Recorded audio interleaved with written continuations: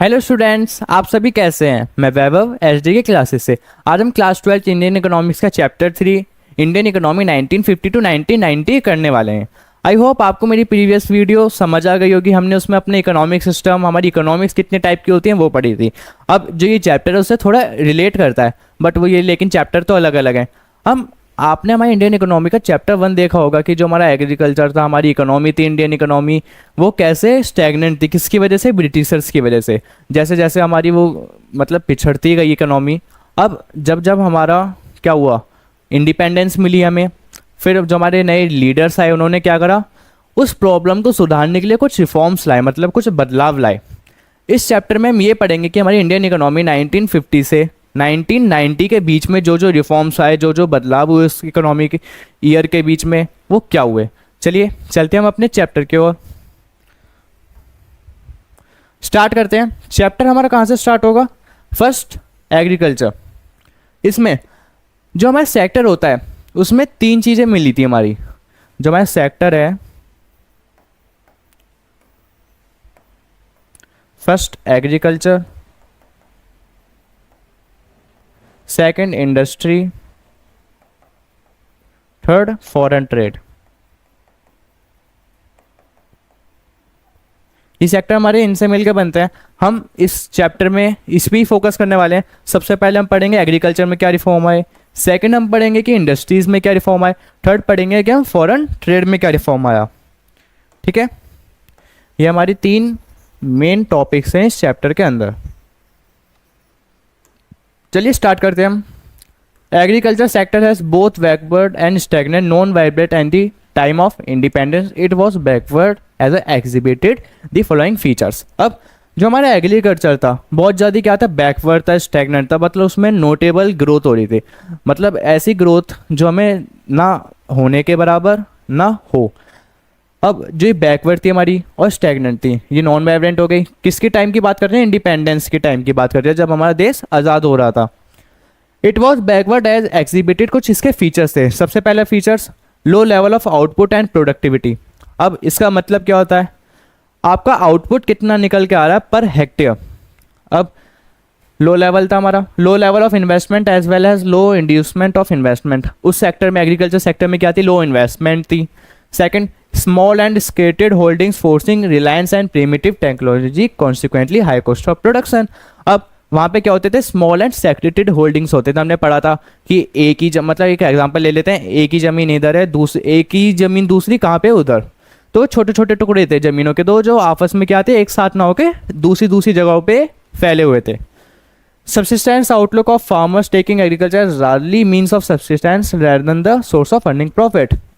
अब जो एग्रीकल्चर था, हम लोगों का वहाँ पे मेन सोर्स था क्या, अर्निंग का, एग्रीकल्चर। क्योंकि हमारी 75% ऑफ पॉपुलेशन किस में एंगेज थी, एग्रीकल्चर एक्टिविटीज़ में। बिकॉज इसीलिए हम क्या कहते हैं, जो सारा मेन अर्निंग प्रॉफिट या जितना भी अर्निंग क्या होती थी वहाँ पे लोगों के लिए, एग्रीकल्चर से होती थी। अब हम इसके कुछ फीचर्स देखते हैं। Further, agriculture was stagnant. Agriculture क्या था, स्टैग्नेंट था एज एग्जिबिटेड कुछ following features. It was subjected to exploitative land revenue system like zamindari system of land revenue which deprived the farmers of their ownership rights, left them with no surplus of output beyond subsistence. अब हम देखते हैं इसके कुछ और features थे कि जो एक्सप्लोइट लैंड रिवेन्यू सिस्टम था। अब एक्सप्लोइट लैंड सिस्टम में क्या था, जो जमींदार होते थे वो टीनेंट पे क्या करते थे, लोगों की ज़मीन ले लेते थे, उनसे काम करवाते थे, लेकिन मालिक कौन रहता था, जमींदार। काम वो करते थे सारा, प्रोडक्शन वो करते थे सारा, एंड जमींदार क्या करते थे, उनसे वसूल लेते थे, क्या, उनकी जो भी इनकम होती थी उन पर लीज लेते थे। And which derive the farmers और ओनरशिप राइट, जो उनका ओनरशिप राइट होता था वो भी ले लेते थे। And them no surplus of output beyond subsistence. अब उन पे ना सरप्लस बचता था ना अपने कंजम्पशन के लिए बचता था, वो क्या करते थे, सारा उनसे ले लेते थे। Second, forced commercialization of agriculture by way of cultivation of indigo to meet industrial need of the British textile industry. अब जो ब्रिटिशर्स के टाइम में वो एग्रीकल्चर सेक्टर में क्या करते थे, फार्मर से फोर्सली किसकी खेती करवाते थे, इंडिगो की। बिकॉज क्योंकि उन्हें अपना फ़ायदा देखना था कि वो अपने क्या करेंगे, इंडस्ट्रियल नीड के हिसाब से देखते थे, वो इंडिगो की खेती करवाते थे, नील की। फार्मर्स को मजबूरन करना पड़ता था, क्योंकि वो क्या कहते थे, अगर आप ये नहीं करोगे तो हम आपको कुछ नहीं करने देंगे। इसलिए उन्हें मजबूरन करना पड़ता था। और उससे क्या होता था, नील की खेती से हमारा लैंड भी खराब होता था, क्योंकि जहाँ पे वो एक बार नील की खेती हो जाती थी वो ज़मीन क्या हो जाती थी, अनप्रोडक्टिव हो जाती थी। ठीक है, फर्स्ट हो गया, सेकंड हो गया, third, winding gulf between the tillers of the soil, owners of the soil, the tillers and no surplus invest and the owners wasted their surplus in conspicuous consumption. अब जो गल्फ था किसके बीच में, टीलर्स के बीच में एंड ओनर्स के बीच में। Tiller of the soil और ओनर ऑफ द सॉइल मतलब जो टीनेंट्स, जो वहाँ के मजदूर होते थे उस पर लैंड पे काम करते थे, और जो जमींदार होते थे वो क्या करते थे, वो तो इन्वेस्टमेंट करते रहते थे अपने लैंड पे, बट जो असली में उसका वो है टीनेंट, टीनेंट क्या करता था, काम करता था हर जगह, लेकिन जो उसका ओनर होता था, रियली जमींदार होता था, जो आता था कुछ नहीं करता था, इन्वेस्टमेंट कुछ नहीं होती थी उसकी तरफ से, उस पर क्या मतलब था, बस मेरा आउटपुट दो मुझे और मेरी पैसे दो मुझे। ठीक है, इन view of this issue of backwardness, stagnation of Indian agriculture, the planners in India introduced disease reform which are broadly classified as, मतलब इन्हीं सबको देखते हुए हमारी इकोनॉमी क्या थी, कुछ बैकवर्डनेस थे एग्रीकल्चर्स में, स्टैग्नेशन थी हमारी इकोनॉमी में, किसमें, इंडियन एग्रीकल्चर में। हमारा एग्रीकल्चर क्या था, बहुत पिछड़ा हुआ था, बैकवर्ड था, स्टैग्नेशन था, उसमें कोई भी ग्रोथ नहीं दिख रही थी। तो हमारे प्लानर्स इंट्रोड्यूस क्या करा, एक सीरीज इंट्रोड्यूस करी रिफॉर्म्स की, कुछ बदलाव लाए। अब वो रिफॉर्म हमारे कैसे बदलाव लाए, जैसे पहला लैंड रिफॉर्म के रूप में, लैंड रिफॉर्म को हम क्या भी बोलते हैं, इंस्टीट्यूशनल रिफॉर्म्स भी। सेकेंड था टेक्निकल रिफॉर्म्स। ये हमारे दो क्लासीफाई करे जाते हैं रिफॉर्म्स, एक तो लैंड रिफॉर्म और टेक्निकल रिफॉर्म लाए थे हमारे एग्रीकल्चर को आगे बढ़ाने के लिए। चलिए चलते हैं सबसे पहले रिफॉर्म पे। अब सबसे पहला हमारा रिफॉर्म है लैंड रिफॉर्म, जिसे हम क्या भी कहते हैं, इंस्टीट्यूशनल रिफॉर्म। ठीक है, लैंड रिफॉर्म और institutional reform aimed at reducing inequalities in Indian agriculture are including the following action by the government. अब सरकार क्या चाहती थी कि जो लोगों की ज़मीन है उन्हें मिले, लोगों को सही ज़मीन उनके हिस्से में आए, सब अपने खेती कर सकें, उसके लिए वो अपने कुछ रिफॉर्म्स लाई। उसकी वजह से इन्होंने क्या लाए, लैंड रिफॉर्म। सबसे पहला एबोलिशन ऑफ इंटरमीडिएट्स, एबोलिश कर दो, किसको हटा दो, सारे जो भी इंटरमीडिएट्स हैं सारे। ठीक है, intermediates between the state and the actual tillers of the soil popularly known as zamindars were abolished. मतलब जिसकी ज़मीन है उसे ही काम करने दो, मतलब जिसकी ज़मीन वही काम करेगा और जिसका काम वही करेगा। ठीक है, जमींदार का कोई रोल नहीं होगा वहाँ पे, अगर टीलर्स हैं तो टीलर्स की ज़मीन है तो वही काम करेंगे, इंटरमीडिएट्स जितने भी हैं सारे उनको हटा दिया गया था। Ownership right were given to those who actually cultivated और टिल्ड द सॉइल।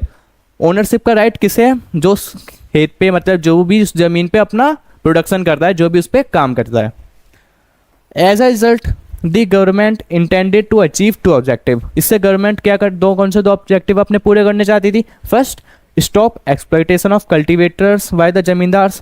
और जमींदार्स के द्वारा जो एक्सप्लॉइट होते थे कल्टिवेटर, जो वो टीलर्स होते थे, क्या करते, टीलर्स हो गए, टीनेंट्स हो गए या किसान हो गए, जो जमींदार उन पे फोर्स करते थे, वो सब क्या करना चाहते थे, एक्सप्लॉइट करना चाहते थे, हटाना चाहते थे। Give incentive to the cultivator to make improvement of land its owner. और वो क्या करना चाहते थे, उनकी कुछ मदद करना चाहते थे फाइनेंशियली, इंसेंटिव देके कुछ कल्टिवेटर्स को, क्यों, अपनी वो इम्प्रूवमेंट कर सकें, अपने लैंड को अच्छा कर सकें और ज़्यादा प्रोडक्टिव बना सकें, और जो उनके ओनर्स हैं वो उस पर काम कर सकें अच्छे से और अपनी प्रोडक्टिविटी बढ़ा सकें। अब नेक्स्ट क्या था हमारा, ceiling of land holdings. Ceiling of land holding का मतलब क्या होता है वो जानते हैं आप। With a view to promoting equality in the distribution of land, ceiling were imposed on the size.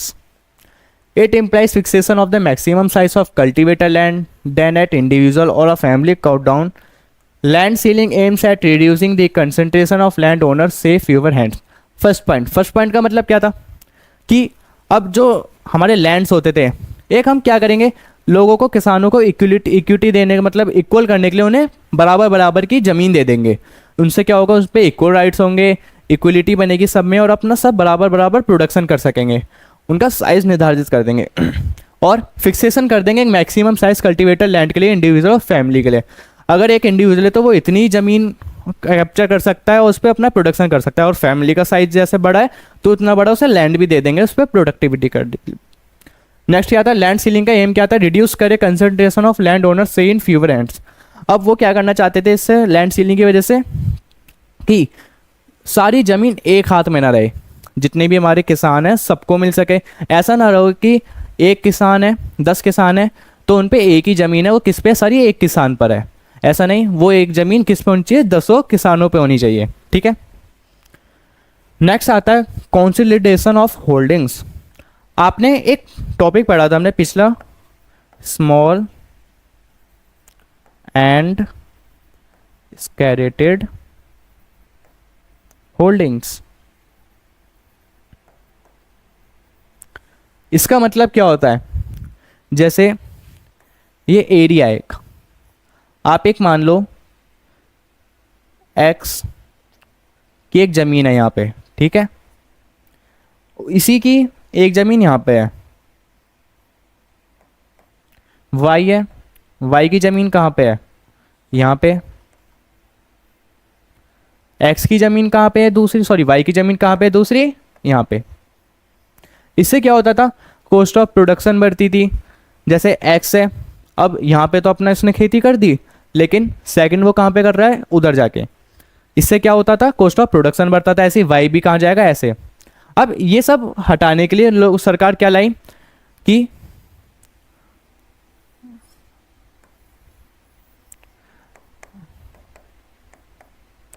अगर वाई की ज़मीन यहाँ पे है तो इसे एक्स को दे दो, अगर जो वाई की ज़मीन, वो एक्स की ज़मीन यहाँ पे है, उसको किसे दे दो, वाई को। तो यहाँ पे क्या होगा, इसे इतनी ज़मीन यहाँ पे मिल जाएगी, इसे इतनी ज़मीन यहाँ मिल जाएगी, तो उसे ना उधर जाना पड़ेगा ना इधर आना पड़ेगा, ऐसे तो अपनी सारा प्रोडक्शन क्या कर पाएंगे कि एक ही जगह पे। उससे क्या होगा, कॉस्ट ऑफ प्रोडक्शन भी बढ़ेगा, ट्रांसपोर्टेशन कॉस्ट बढ़ेगी इनकी। चलिए इसे देखते हैं। With a view to reducing fragmentation, इसे हम क्या बोलते हैं, वैसे कंसोलिडेशन बोलते हैं। Consolidation of holding for accelerated high priority. Consolidation is a practice to allot land, allot कर देते हैं लैंड किसको, फार्मर को, at one place of holdings here and there. It saved the cost and for cultivation by 2004 more than 1,633 lakh hectares of land was brought under consideration of holdings। इसमें क्या बताया गया है, 2004 में 1,633 हेक्टेयर्स जो land था किसके अंदर आया, सारा कंसोलिडेशन ऑफ होल्डिंग्स के अंदर। इसी से पता चलता है हमारे कितनी ज़्यादा कंसोलिडेशन हुई थी, कितने ज़्यादा हमारा लैंड फैला हुआ था आपस में। नेक्स्ट क्या है हमारा, रेगुलेशन ऑफ लैंड। अब रेगुलेशन ऑफ लैंड समझते हैं ये क्या होता है। अब रेगुलेशन ऑफ लैंड का मीन्स ये था कि जो ज़मींदार होते थे वो क्या करते थे, उनसे पैसे लेते थे, अपने लीज के लेते थे कि आप इस पर काम करो तो हम इसके आपसे पैसे लेंगे।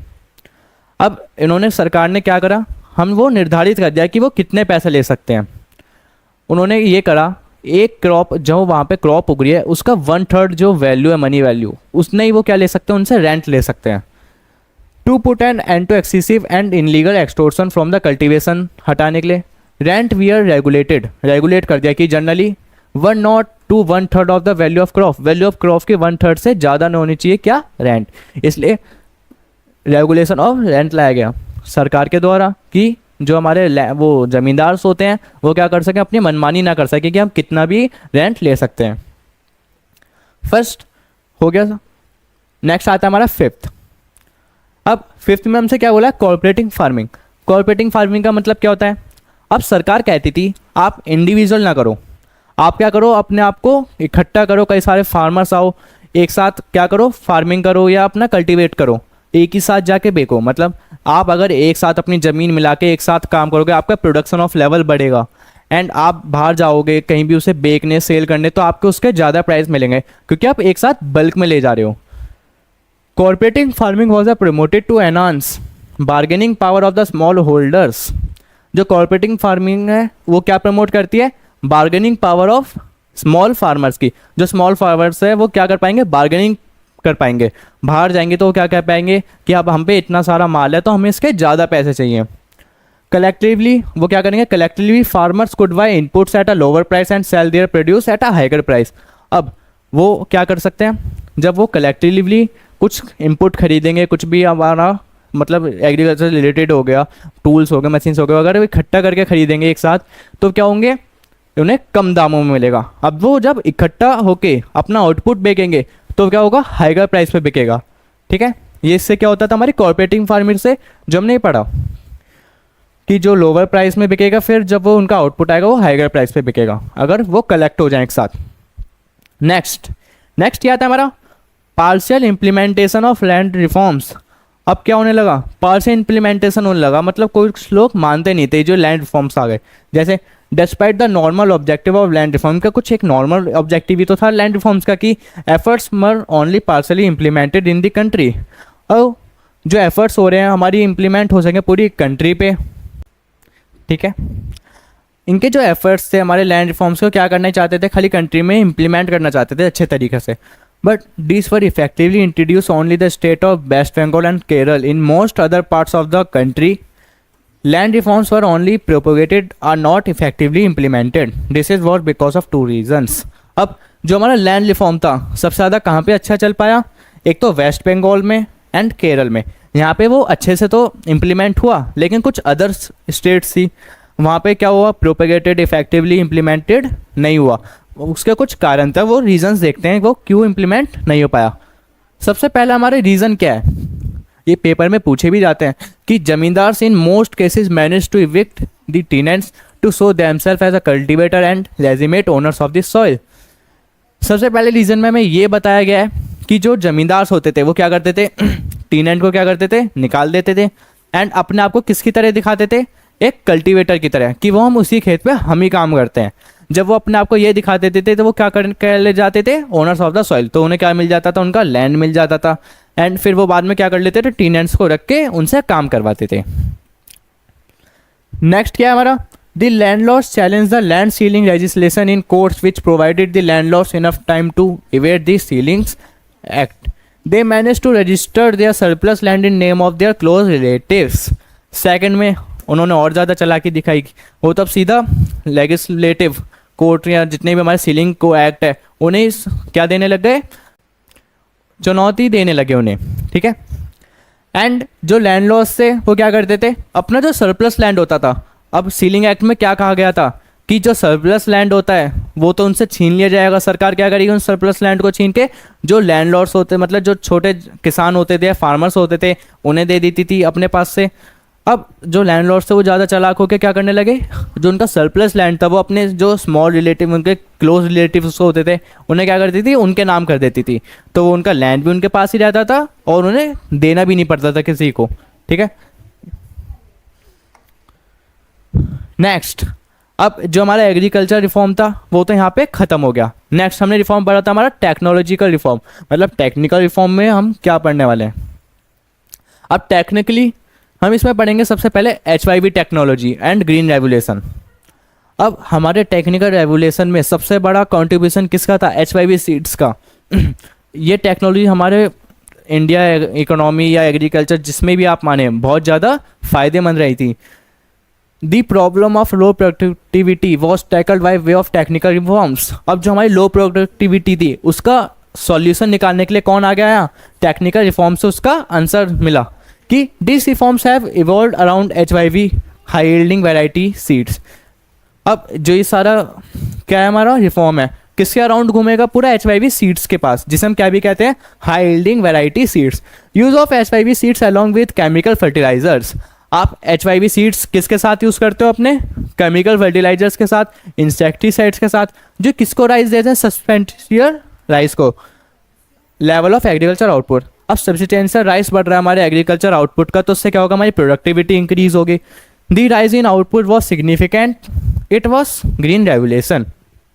अब जैसे जैसे हमारे एग्रीकल्चर का आउटपुट बढ़ रहा था उससे हमारे इसके मतलब एक प्रोसेस को क्या बोल दिया उन्होंने, ग्रीन रेवोल्यूशन। हमारी कंट्री में क्या आ चुका था उस time, green revolution.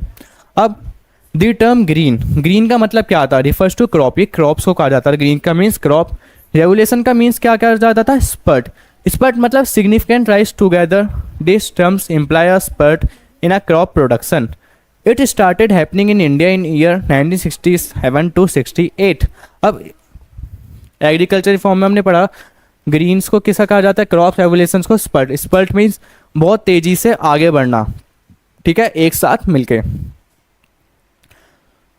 In the year अब हमारा जो क्रॉप प्रोडक्शन था ये कब होने लगा था हमारे यहाँ 1967 से 1968। In the year 1967-68 itself food gain production increase to nearly 25%। इस ईयर में क्या होने लगा था, हमारा 25% से फूड ग्रेन प्रोडक्शन बढ़ चुका था। India became self sufficient in the production of food grains, ये ग्रेन्स नहीं गेन्स है, GRAINS ग्रेन्स, ठीक है।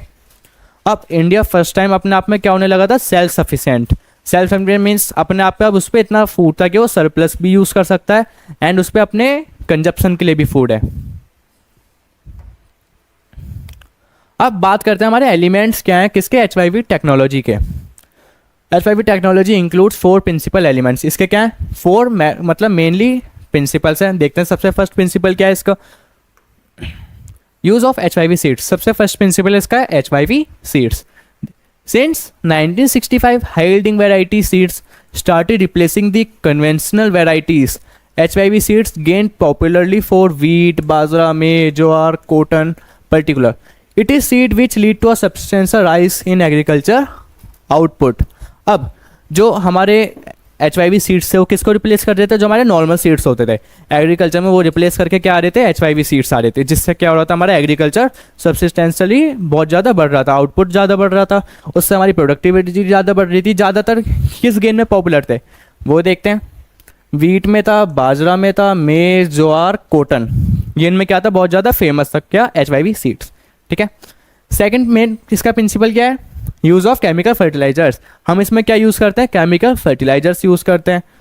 Use of HYV seed require the use of fertilizers, as the use of HYV increase so did the use of chemical fertilizer. अब अगर आप क्या करते हो, HYV सीड्स के यूज़ करते हो, तो आपको किसका भी यूज़ करना पड़ेगा, साथ में फर्टिलाइजर्स का। अगर आपका HYV सीड्स का इंक्रीज़ होगा प्रोडक्शन, उससे प्रोडक्शन इंक्रीज होगा, प्रोडक्टिविटी बढ़ेगी, इससे क्या होगा, आपके HYV सीड्स का यूज़ करने का इंक्रीज बढ़ेगा क्या, आउटपुट। अब उससे क्या होगा, जैसे जैसे आप ज़्यादा से ज़्यादा HYV सीड यूज़ करोगे तो आप ज़्यादा से ज़्यादा क्या भी यूज़ करोगे, फर्टिलाइजर्स भी, ठीक है।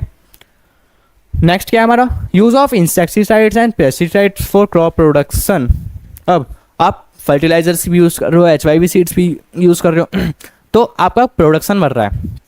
अब प्रोडक्शन बढ़ेगा, प्रोडक्टिविटी बढ़ेगी, उससे क्या होगा, धीरे धीरे अब कीड़े मकोड़े होते हैं वो भी आने स्टार्ट हो जाते हैं। अब उन्हें हटाने के लिए क्या करते हैं हम, इंसेक्टिसाइड या पेस्टिसाइड यूज़ करते हैं। अब हमारा प्रोडक्शन तो ज़्यादा है तो हमारा इंसेक्टिसाइड पेस्टिसाइड भी ज़्यादा यूज़ होगा, अलॉन्ग विथ फर्टिलाइजर, फर्टिलाइजर्स के साथ अब वो भी यूज़ होंगे। The use of HYV along require the use of pesticide to protect their crop against pest and diseases. आपको अपनी डिजीज और पेस्ट से बचाने के लिए क्या, क्रॉप को बचाने के लिए आपको क्या करना पड़ेगा, इन्हें भी यूज़ करना पड़ेगा। For crop protection integrated pest management program was adopted along with the adoption of HYV technology.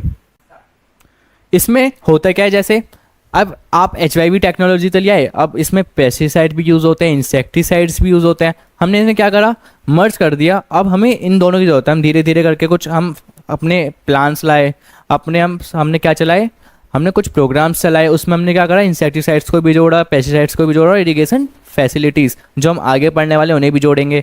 Next हमने इसमें HYV टेक्नोलॉजी को मर्ज कर दिया। नेक्स्ट पॉइंट पढ़ते हैं हम, एक्सपेंशन ऑफ इरिगेशन फैसिलिटीज़। अब हमने क्या करा, एक्सपेंड कर दिया अपनी इरिगेशन फैसिलिटीज़ को। इसका एक मेन रीज़न था, क्यों, क्योंकि HYV जो सीड्स होते थे ना, as comparison to normal seeds देखा जाए, उसमें क्या होता है, उन्हें कम इरीगेटेड मतलब कम पानी चाहिए होता था, इन सीड्स को क्या चाहिए, ज़्यादा पानी चाहिए होता है। HYV seeds need to be deeply irrigated, इन्हें क्या चाहिए, इन्हें डीपली इरीगेटेड रहना होता है। To cope with in need several major and minor indication projects were launch across different parts of the country. अब हमने कुछ माइनर मेजर अपने क्या चलाए, प्रोग्राम चलाए, किसके लिए, इरीगेशन सिस्टम के लिए। हमने फार्मर्स को इरीगेशन सिस्टम प्रोवाइड कराया, बिकॉज क्योंकि अब HYV टेक्नोलॉजी को क्या चाहता है, ज़्यादा से ज़्यादा पानी चाहिए था। It is a significant that while in 1951 barely 70% of land was under permanent means of irrigation. It is increased to nearly 45% during the plan period. अब हमारा इरीगेशन जो हमारे प्रोग्राम था उससे पहले जो हमारा लैंड था क्या था, वो 17% ही जो लैंड था परमानेंट वो इरीगेशन सिस्टम से फुलफिल था। उसके बाद जैसे जैसे हमने प्रोग्राम चलाए, ये टेक्नोलॉजी है, इस रिफॉर्म में क्या हुआ, अब हमारा ड्यूरिंग द प्लान पीरियड 45% ऐसा परमानेंट लैंड है जिसपे इरीगेशन फैसिलिटीज़ हैं। आई होप आपको ये समझ आए होंगे 4 पॉइंट्स, ये इसके क्या थे, 4 प्रिंसिपल्स थे। नेक्स्ट हम चलते हैं अब 2 distinct phases of green revolution. Green revolution के 2 फेज थे, अब हम उनके बारे में बात करेंगे। इन ग्रीन रेवोल्यूशन के 2 फेजेस में हुआ क्या था, जैसे फर्स्ट फेज में ये जब इंट्रोड्यूस हुई थी हमारी न्यू टेक्नोलॉजी, उसमें फार्मर्स जो होते थे, रिचर फार्मर होते थे, वही खरीद पाते थे, बिकॉज क्योंकि HYV टेक्नोलॉजी के जो सीड्स होते थे क्या होते थे, हाई प्राइसेस होते थे, जो इनपुट होते थे न्यू टेक्नोलॉजी वाले क्या होते थे, हाई प्राइसेस। एंड सेकंड में क्या होने लगा, जो गवर्नमेंट थी उनकी मदद के लिए उन्होंने लोन प्रोवाइड करा, एंड फार्मर्स को क्या होते थे, आउटपुट ये जो भी होता था इनपुट अपने न्यू टेक्नोलॉजी को खरीद पाते थे, HYV टेक्नोलॉजी भी यूज़ कर पाए थे फार्मर्स। उसके वजह से क्या चला, ये हमारा सेकंड फेज था। अब इन्हें हम एक बार रीड करते हैं, ये कब की बात है, फेज 1 मिड 60s-70s के बीच की बात है। During this phase slope of green revolution was restricted largely to wheat and rice growing regions of the country. अब जो हमारा ग्रीन रेवोल्यूशन का फेज है, मतलब जो हमारा स्लोप है इसका रेस्ट्रिक्ट कर दिया था हमारे वीट और राइस के लिए, मतलब ज़्यादातर वीट और राइस ही उगा पाते थे। ग्रोइंग रीजन्स कौन से थे हमारे कंट्री में, these included the state of Punjab, Andhra Pradesh, Tamil Nadu. अब इनमें क्या होता था स्टेट्स में, ये जो 3 स्टेट्स हैं इनमें ज़्यादातर वीट हो गया, एंड क्या था हमारा नेक्स्ट, हमारे राइस ग्रो होता था ज़्यादातर।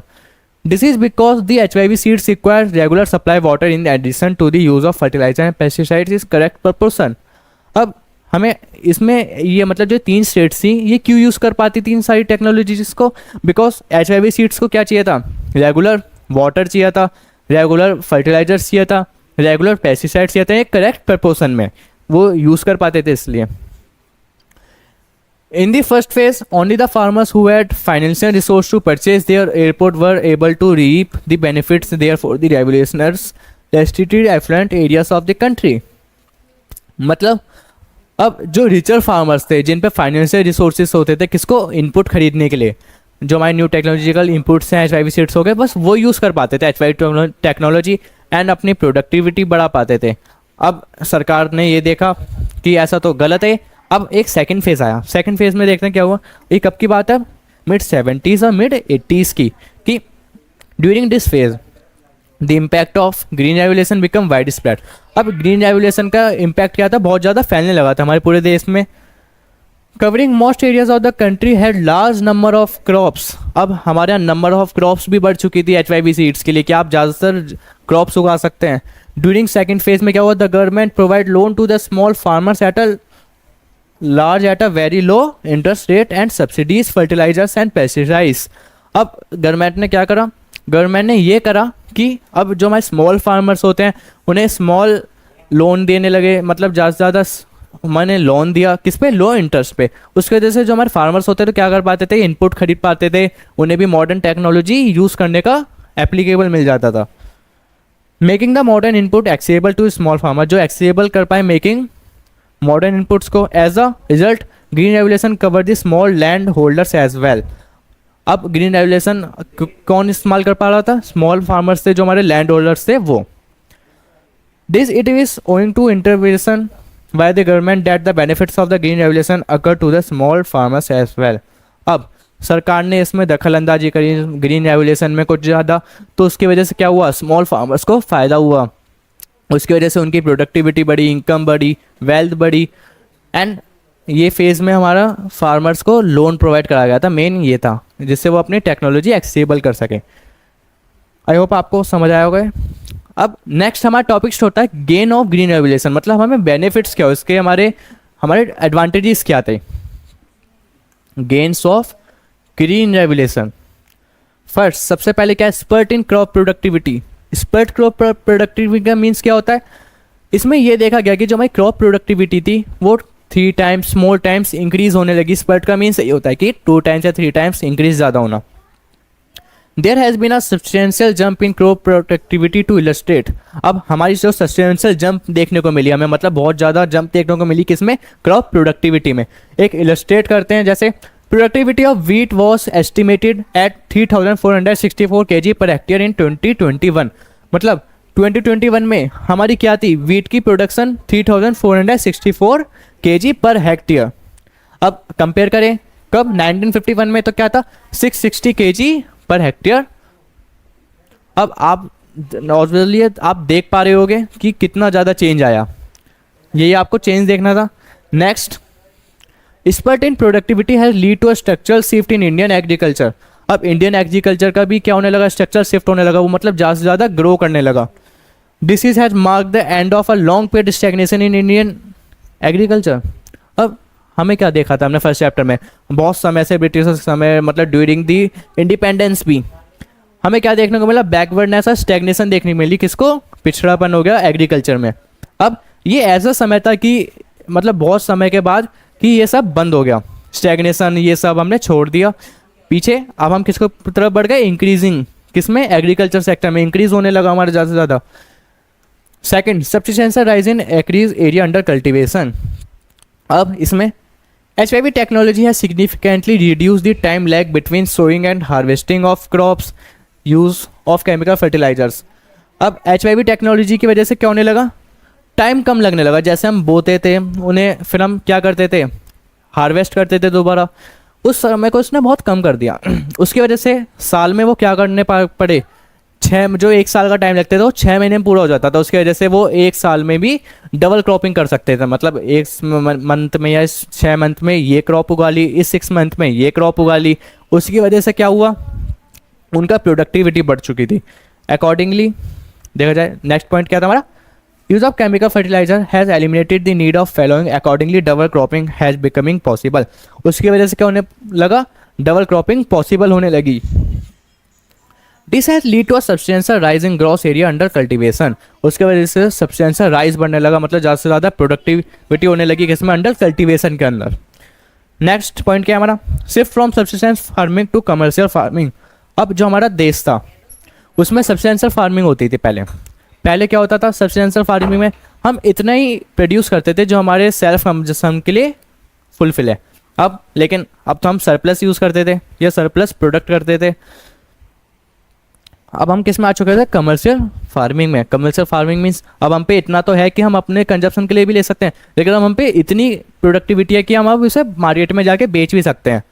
देखते हैं, A substantial rising output has started generating marketable surplus. This is permitted to farmer to gradually shift from subsistence farming to commercial farming. This is a sign of growth and development. अब आपको इतना surplus मिल चुका था marketable कि आप market में भी जाके उसे बेच सकते हो। उसमें क्या होने लगा, उसकी वजह से आपको ये, अगर आप पे ज़्यादा आ रहा है तो उससे क्या दिखेगा, आपकी डेवलपमेंट दिखेगी, ग्रोथ दिखेगी। उसकी वजह से शिफ्ट हम किस में करने लगे, substance farming to commercial farming में आ चुके थे। अब हमारे देश में किस किस नाम से जाना जाता था, कमर्शियल फार्मिंग करते हैं हम अब ज़्यादा से ज़्यादा। नेक्स्ट क्या हमारा, चेंज इन फार्मर आउटलुक। अब फार्मर का आउटलुक भी बदल चुका था, जैसे commercialization of agriculture has caused a change in outlook of the farmers. Farming is no longer viewed as a source of subsistence, it is considered as a commercial venture as well. अब farmers का output कैसा होने लगा, उनका outlook ऐसा बन गया कि अब हम सब्सिस्टेंशियल फार्मिंग नहीं, कमर्शियल फार्मिंग करेंगे। क्यों, अब हम मार्केट में भी जाके बेचेंगे, अपना तो यूज़ करेंगे, अब मार्केट के लिए भी जाके करेंगे। अब वो क्या बन चुके थे, अब एग्रीकल्चर में कमर्शियल वेंचर बन चुके थे। Next, self sufficiency in food grain production and buffer stocks. अब हम पे क्या होने लगा, ज़्यादा से ज़्यादा प्रोडक्टिविटी होने लगी हम पे। अब ज़्यादा गेन होगा तो हम क्या बना पाएंगे, अपने पास स्टॉक रख पाएंगे। बफर स्टॉक का मीन्स ये होता है कि आप पे अब इतना है कि आप उसे बचा के भी रख रहे हैं। इंक्रीज इन क्रॉप प्रोडक्शन, जैसे जैसे हमारा क्रॉप प्रोडक्शन इंक्रीज हो रहा था, to self sufficiency in food grain production, spurt in production lead to a fall in market price of food grains. अब हम पे इतना फूड ग्रेन आ चुका था कि उससे वजह से मार्केट प्राइस क्या हो रहे थे, उसके कम हो रहे थे, क्योंकि अब हमें जो चीज़ ज़्यादा मात्रा में मिलने लगेगी उसके क्या होगी, डिमांड कम होने लगेगी। अब डिमांड कम होगी तो क्या होगा, प्राइस भी उसके क्या होंगे, गिरेंगे, फॉल होंगे। Accordingly even poor section of the society could comfortably fulfil there subsistence need, because अब जो हमारी पुअर फैमिली या पुअर फार्मर्स होते थे वो भी अब क्या करते थे, नॉर्मली अपनी सब्सटेंशियल फार्मिंग या सब्सटेंशियल नीड अपनी पूरी कर पा रहे थे, मतलब अपने कंजप्शन तक तो कर पा रहे थे। Food grain production increase so substantially that is enable the government keep buffer stocks. This stocks are used to meet demand during lean season for farmer supplies. अब ये क्या करने लगे, अब इन्होंने इतना मतलब प्रोडक्टिविटी बना ली थी कि अब गवर्नमेंट ने क्या करा, बफर स्टॉक बना लिया। मतलब अब ये कब यूज़ करेंगे, अगर कभी आपदा आती है, किसी भी सीज़न में फसल ख़राब हो जाती है, हम उसमें क्या करेंगे, इसकी फ्लो करेंगे, किसका, जो हमारा स्टॉक इकट्ठा हुआ है। ठीक है, अब हम इसकी कुछ लिमिटेशंस पढ़ते हैं, कुछ इसका डिसएडवांटेजेस भी थे। लिमिटेशंस ऑफ ग्रीन रेवोल्यूशन क्या है अब देखते हैं। सबसे पहला लिमिटेड क्रॉप्स। अब लिमिटेड क्रॉप्स का मतलब क्या हो गया, लिमिटेड क्रॉप्स में HIV सीड्स जो होते थे ना, उसमें क्या होता था, हमें लिमिटेड चॉइस थी कि आप इसमें पर्टिकुलर यही सीड उगा सकते हो या यही उगा सकते हो। जैसे revolutionary rise in output due to green revolution, हमें बहुत ज़्यादा रेवोल्यूशनरी राइज देखने को मिला। Was confined mainly production of food gains wheat and rice, हम मेनली क्या उगा पाते थे, इससे wheat and rice. There has been no similar rise in production pulses commercial crops like jute cotton tea etcetera, हम ये तो कर नहीं पाते थे जो हमारी कमर्शियल क्रॉप है। Second uneven spread, uneven spread था, मतलब कि ग्रीन रेवोल्यूशन की वजह से या HIV सीड जो टेक्नोलॉजी है कभी कहीं पे है कहीं पे नहीं है। आपके देश में कुछ पार्ट्स हैं जिसमें बिल्कुल ही यूज़ नहीं हो रहा है। Spread of green revolution was not uniform across all regions, मतलब हर स्टेट में या हर रीजन में क्या नहीं था, इक्वल डिस्ट्रीब्यूशन नहीं था किसका, ग्रीन रेवोल्यूशन का। इट स्टेट जैसे पंजाब हो गया, हरियाणा हो गया, Maharashtra, Tamil Nadu, it is a made a remarkable impact, इन्होंने क्या दिया, रिमार्केबल इम्पैक्ट दिया। बट जो हमारा ईस्टर्न यूपी था, बिहार था, मध्य प्रदेश था, ओडिशा था, इन्होंने इम्पैक्ट क्या दिया, रिलेटिवली इनसिग्निफिकेंट, इन पे कोई इफेक्ट ही नहीं दिखा हमें, इन्होंने बहुत ज़्यादा कम दिखा, बिकॉज क्योंकि यहाँ पे इनकी ग्रीन रेवोल्यूशन यहाँ तक पहुँच ही नहीं पाया अच्छे से। थर्ड क्या हमारा, limited farming population. The bulk of the farming population in India consists of small and marginal farmers, हमारी अब बल्क ऑफ जो फार्मिंग पॉपुलेशन है वो कैसी है, स्मॉल एंड, मतलब क्या है हमारी, स्मॉल एंड मार्जिनल फार्मर्स मतलब छोटे। The gains of green revolution eluded these farmers because HIV technology required expensive input which were beyond the reach of marginal farmers। अब ये ऐसा क्यों होता था, क्योंकि जो स्मॉल या मार्जिनल फार्मर्स हैं उनकी पहुंच से बहुत बाहर होते थे क्या, HIV सीड्स या HIV टेक्नोलॉजी, बिकॉज क्योंकि वो क्या होते थे, बहुत हाई प्राइजेस होते थे उसके। However, rich farming population happened to own the bulk of farming area in India, which is why the result of green revolution were found to be impressive in terms of overall rise in output। अब green revolution हमें इतना अच्छा क्यों दिखता था, because क्योंकि जो हमारा रिचर फार्मर है वो क्या करता था, बहुत ज़्यादा कवर करके रखता था अपना लैंड और उस पर क्या यूज़ करता था, HIV टेक्नोलॉजी। नेक्स्ट हमारी इकोनॉमिक डिवाइड हुआ, जैसे despite aid by the government in terms of subsidy inputs, HIV technology remained beyond the reach of most marginal holders. Consequently, the gulf between the rich and poor tended swell over time। इससे क्या होने लगा, हमारी economy में poor का अलग बन गया सेक्शन, रिच का अलग बन गया। पुअर को कैसे हम देखने लगे कि वो HIV टेक्नोलॉजी या ये जो हमारी न्यू टेक्नोलॉजीज आ रही हैं यूज़ नहीं कर पा रहे, मतलब ये पुअर फार्मर है, और जो यूज़ कर पा रहे हैं रिचर हैं। ये हमारी इकोनॉमी में डिवाइड कर दिया रिचर को और पुअर को, इसकी वजह से हुआ। अब ये हमारे एग्रीकल्चर रिफॉर्म का लास्ट टॉपिक है, इसमें हम ये देखेंगे कि जो हमें एग्रीकल्चर में सब्सिडीज़ मिलती थी, अब ये ज़रूरी, इस पर विवाद होते थे, अब ये सही है नहीं है। वर्चुअल और वाइस, मतलब इसके पक्ष में बातें भी हैं, कुछ इसके अपक्ष में भी हैं। एग्रीकल्चर सब्सिडीज और वाइस देखते हैं, उसके पक्ष में कौन सी बातें हैं। Those who donors farming subsidies as a vice make the following observation, कुछ ऑब्जर्वेशन देखे गई, जैसे huge burden of government finances, उन पे क्या आने लगा, गवर्नमेंट पे बहुत ज़्यादा बर्डन बढ़ने लगा, इनके मतलब ये पक्ष में नहीं है बातें। It is argue that once the useful adopted widely subsidies should be phased they put a huge burden of government finances. अब वो क्या कहते थे कि ये बहुत फालतू का खर्चा है, आप क्यों दे रहे हो, ये गवर्नमेंट पे क्या बढ़ा रहा है, हमारी बर्डन बढ़ा रहा है फाइनेंशियली। मिस एप्रोप्रिएटेड बेनिफिट्स, इससे कुछ क्या नहीं होते थे, the subsidise not only benefits the farmer but also the import industry like fertilizer industry among farmer. The benefits of subsidy are almost rapid by those priorities reason since they target beneficiary left behind there is no rationale continuing with the subsidies. अब वो क्या कहते थे, आप farmers तो subsidies दे रहे हो, लेकिन उसकी वजह से किसको भी फ़ायदा हो रहा है, जो ने क्या देते हैं, केमिकल्स देते हैं, फर्टिलाइजर्स देते हैं, या टेक्नोलॉजी यूज़ करने का परमिट देते हैं, या जो ये इन्हें सेल करते हैं उनको भी फ़ायदा हो रहा है। Wasteful consumption subsidy do not allow market price dictate the supply of goods availability supplies at low price leads to wasteful consumption. अब वेस्टफुल कंजप्शन इन्हें क्यों कहा जाता था, क्योंकि उससे मार्केट प्राइस का पता नहीं चलता था कि फ्लो ऑफ गुड्स कितना हो रहा है। अगर देखा जाए सप्लाई जो अगर लो प्राइस पे करोगे उसकी वजह से क्या होगा, वेस्टफुल कंजप्शन होगा, क्योंकि हमें तो प्राइस तो पता ही चल रहा है, आप तो लो प्राइस पे दे रहे हो। अब एग्रीकल्चर की सब्सिडीज अब उसके पक्ष में देखी जाए, the proponent subsidies believe that since agriculture is risky business in India subsidies are needed. अब हमारे क्या माना जाता था कि जो एग्रीकल्चर बहुत ज़्यादा रिस्की बिजनेस है, उसमें सब्सिडीज़ की क्या बहुत ज़्यादा नीड है। It is argued that a large number of farmers are poor and do not have sufficient mean of purchase the required input. अब ये देखा गया है हमारे इंडिया में जो फार्मर्स है स्मॉल और जो मार्जिनल हो गए, उन पे इतना पैसा नहीं है, मतलब फाइनेंशियल रिसोर्सेज नहीं है कि वो HYV टेक्नोलॉजी है ये मॉडर्न इनपुट्स खरीद सकें। Hence the need for subsidies, इसलिए उन्हें क्या ज़रूरत है, सब्सिडीज़ की ज़रूरत है। The proponents of farming subsidies further argue that if subsidies are eliminated, अब एक आर्ग्यू और हो कि अगर ये सब्सिडीज हटा दी जाती हैं, the inequality between the richer and poor farmer will expand, उससे क्या होगा, inequality बढ़ जाएगी, मतलब पक्षपात बढ़ जाएगा कि आप क्या करोगे, पुअर को अलग कर दोगे और रिच को अलग कर दोगे। Because while the rich can reap the benefit of new technology, उससे क्या होगा, जो न्यू और जो हमारे लेचर फार्मर्स हैं वो क्या कर पाएंगे, न्यू टेक्नोलॉजी को एक्सेसिबल कर पाएंगे, उन्हें उनका यूज़ कर पाएंगे। दी पुअर कैन नॉट, अब पुअर को वो मतलब कर तो सकता है लेकिन उस पर फाइनेंशियल रिसोर्स नहीं है, वो नहीं कर पाएगा। Briefly we can say the need of hour is not lower subsidies, हमें किसकी ज़रूरत है, लोअर सब्सिडीज़ की ज़रूरत है, but to ensure that the benefits of subsidy directed towards the intended beneficiaries.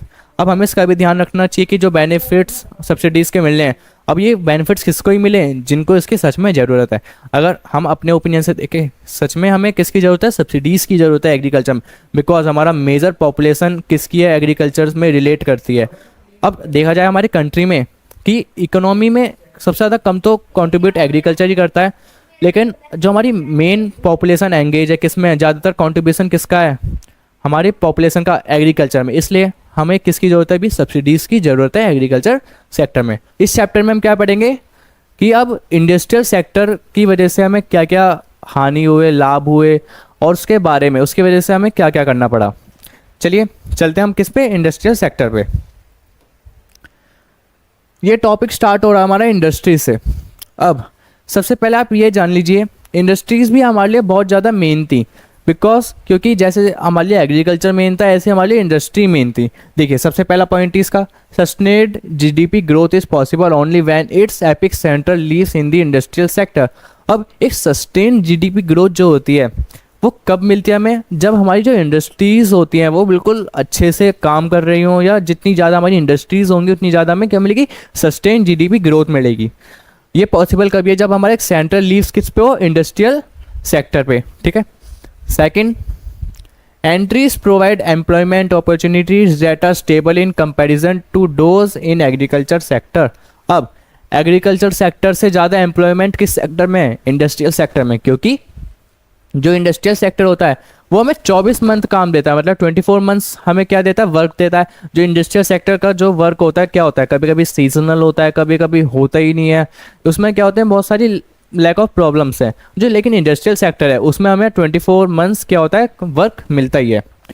Next, since the colonial rule had left behind a decade handicraft industries beside a bleak existence of the large scale industries confined to cotton and jute textiles, the planner accorded high priority to industry development through the 5-year plans। अब planners ने क्या करा, अपने 5-year plan में जो हमने पढ़े थे उसमें मेन किसको रखा जाता है कि हम इंडस्ट्रीज़ को डेवलपमेंट करने में फोकस रखेंगे, बिकॉज क्योंकि सिंस कॉलोनियल रूल से क्या देखा जाता है कि जो हैंडीक्राफ्ट इंडस्ट्री वो क्या हो रही है, उनकी धीरे धीरे मतलब ग्रोथ कम होती जा रही है। अब मेन जो लार्ज स्केल इंडस्ट्रीज बची थी वो खाली कॉटन और जूट टेक्सटाइल थी। अब जो हमारी लार्ज स्केल इंडस्ट्रीज कौन सी बची थी, जूट और कॉटन टेक्सटाइल थी। Next, it was also recognized by the planner that our industrial development needed a strong infrastructure base requiring massive investment which could be realized only through a direct and significant participation of the public sector। अब एक industries चलाने को industry sector में एक बहुत ज़्यादा क्या ज़रूरत है, सबसे ज़्यादा अगर आपको इंडस्ट्रीज़ लगानी है आपको किसकी ज़रूरत होगी, सबसे ज़्यादा इन्वेस्टमेंट की, बहुत बड़ी इन्वेस्टमेंट चाहिए। अब उन्होंने क्या सोचा, जो इन्वेस्टमेंट होगी सब, अब ये जब ही हो सकता है जब हमारे पब्लिक सेक्टर है मतलब गवर्नमेंट है, वो हमें क्या देगी, एक बिग पुश देगी इन्वेस्टमेंट पे। मतलब वो हमें अगर इन्वेस्ट करेगी उनकी वजह से हमें क्या मिलेगा, इंडस्ट्रियल सेक्टर को ग्रोथ और डेवलपमेंट में सहारा मिलेगा। अब इसका नेक्स्ट देखते हैं हम क्या है। अब हमने ये तो देखा कि इंडस्ट्रियल सेक्टर में पब्लिक सेक्टर का एक बिग पुश चाहिए था, लेकिन क्यों चाहिए पब्लिक सेक्टर की, कोई क्यों करना पड़ रहा है। अब जो इंडस्ट्री सेक्टर वो खुद भी तो कर सकती है नहीं, इसके कुछ फैक्टर्स हैं वो देखते हैं। Factors necessitating direct participation of the state public sector in the industrial development. सबसे पहला लैक ऑफ कैपिटल। अब इंडस्ट्रियल सेक्टर पे जब हमारा देश आज़ाद हुआ था तुरंत ही हमारे पे क्या थी, लैक ऑफ, जो लोग होते हैं उन पे भी पैसे की कमी थी कुछ, इसलिए सबसे पहले क्या पॉइंट है हमारा, लैक ऑफ कैपिटल। अब इंडस्ट्रियल सेक्टर में पैसों की कमी थी। Industry development in India needed a big push. एक इंडस्ट्री डेवलपमेंट के लिए हमें क्या चाहिए, एक बिग पुश चाहिए था इंडिया में। Implying a large amount of capital expenditure. उससे क्या पता चलता है कि एक बहुत बड़ा मतलब ज़्यादा कैपिटल एक्सपेंडिचर होता है। At that time of independence, ये किसकी बात चल रही है, हमारी इंडिपेंडेंस के टाइम पे जो टाटा थे, बिरला थे, were only the established industries house in India. ये जो टाटा थी, बिरला थी, इनकी क्या थी, इंडस्ट्रीज थी इंडिया में, दो हो गई हैं। The requirement of capital for the countries industrial growth was far beyond the capacity of this industrial houses. अब जो टाटा बिरला थी उनकी बहुत पहुंच से दूर थी कि और इंडस्ट्रीज वो क्या कर सकें, खड़ी कर सकें। According it become essential for the state और the government to achieve industrial growth through public sector undertaking. अब उन्हें क्या करना पड़ा, अब मजबूरन सरकार को क्या करना पड़ा, उन्हें खुद आगे आना पड़ा और इंडस्ट्रियल सेक्टर को डेवलपमेंट करना पड़ा, उसमें ग्रो में उनका सहयोग देना पड़ा अपना। ठीक है, अब नेक्स्ट पॉइंट क्या आता है, लो इंड्यूसमेंट इन्वेस्ट। लो इंड्यूसमेंट इन्वेस्ट का मतलब होता है कि जो हमारे उस समय की बात है जब इंडस्ट्रियल ग्रोथ में लोग पैसे भी इन्वेस्ट कम करते थे, लोगों को पैसे भी इन्वेस्ट कम करना था। जैसे the private investor lacked inducement mean to invest. और जो प्राइवेट इन्वेस्टर थे वो भी ज़्यादा कुछ खास वो नहीं थे, इन्वेस्ट करने में इच्छुक नहीं थे। It was owing to limited size of market who stop limited size of the market. अब हमारा क्या रह गया था, एक लिमिटेड साइज का मार्केट रह गया था, उसकी वजह से हमारी लिमिटेड साइज की डिमांड भी होंगी। Was owing to low level of demand, उससे क्या हुआ, हमारी लो लेवल ऑफ डिमांड रही, क्योंकि अब आपके में इंडस्ट्रीज नहीं होंगी तो आप पे प्रोडक्ट्स नहीं होंगे, प्रोडक्ट्स नहीं तो आपकी मार्केट छोटी, मार्केट छोटी तो आपकी डिमांड भी छोटी रहेगी, लिमिटेड रहेगी। Level of demand was low because level of income system. अब आपका इंडस्ट्रीज नहीं है, इनकम का कोई सोर्स नहीं है, तो आपकी इनकम कम है तो आपकी डिमांड भी क्या होगी, कम होगी। Only a big push of public investment could break this vicious circle. एक बहुत बड़ा पुश किसका, पब्लिक इन्वेस्टमेंट का।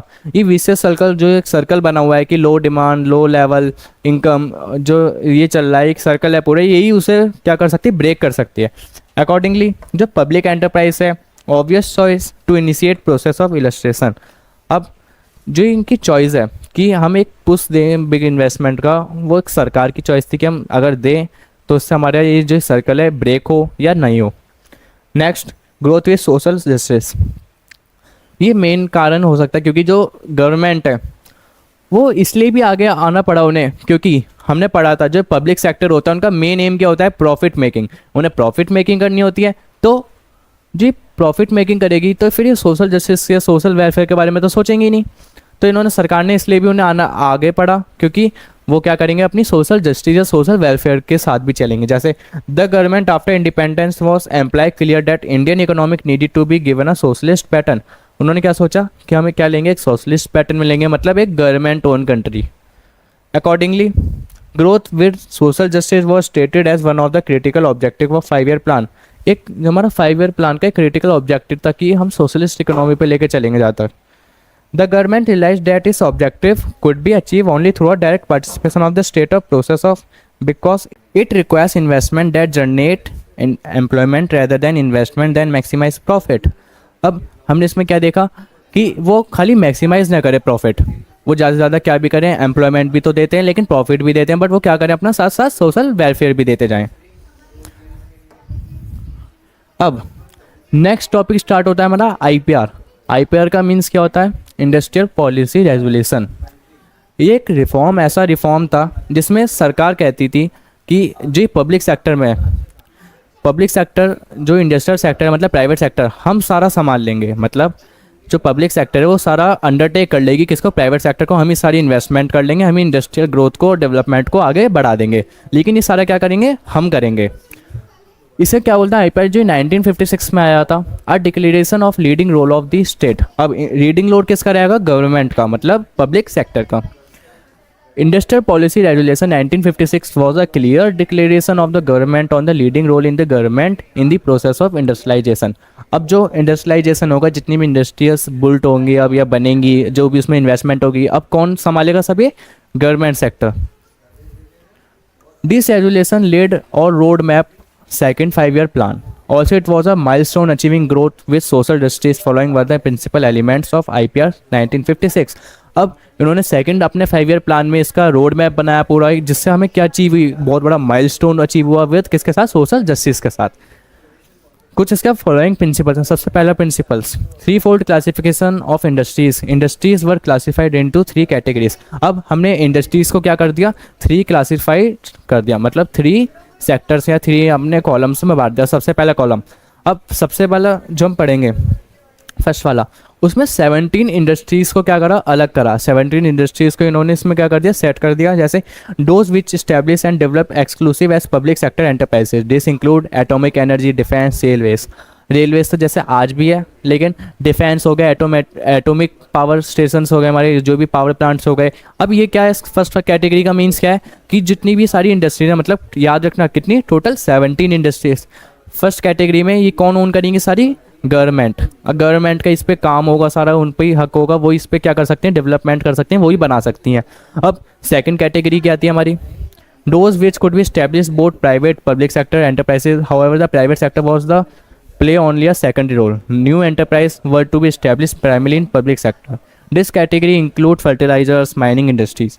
अब सेकंड कैटेगरी में हमने क्या देखा, इसमें बनाएंगे तो दोनों ही पब्लिक और प्राइवेट मिलके, बट जो प्राइवेट सेक्टर का रोल होगा वो सेकेंडरी होगा। अब भी इसमें रीडिंग रोल किसका है, हमारा पब्लिक सेक्टर का। अब इसमें कितनी इंडस्ट्रीज हमारी इंक्लूड थी, 12 इंडस्ट्रीज।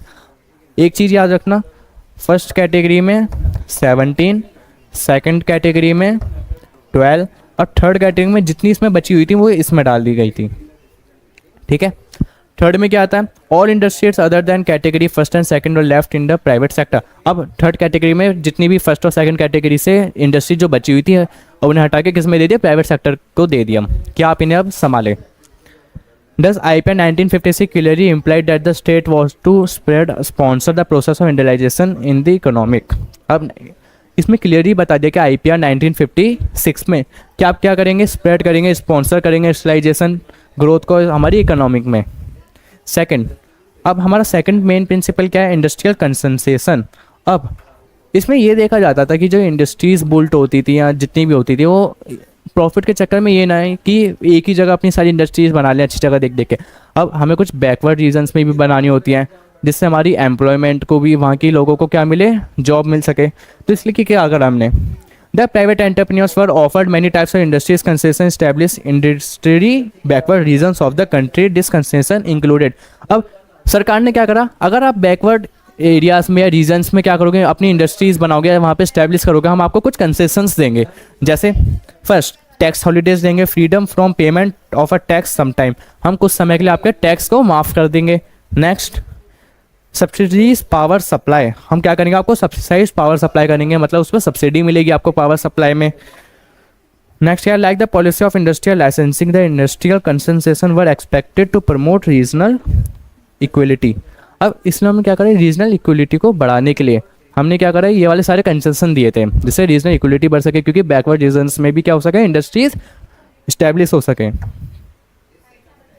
अब इनका थर्ड मेन क्या था प्रिंसिपल, इंडस्ट्रियल लाइसेंसिंग। अब industries in the private sector, sorry कुछ नहीं, इंडस्ट्रीज जो private sector could be establish only through a licence of the government.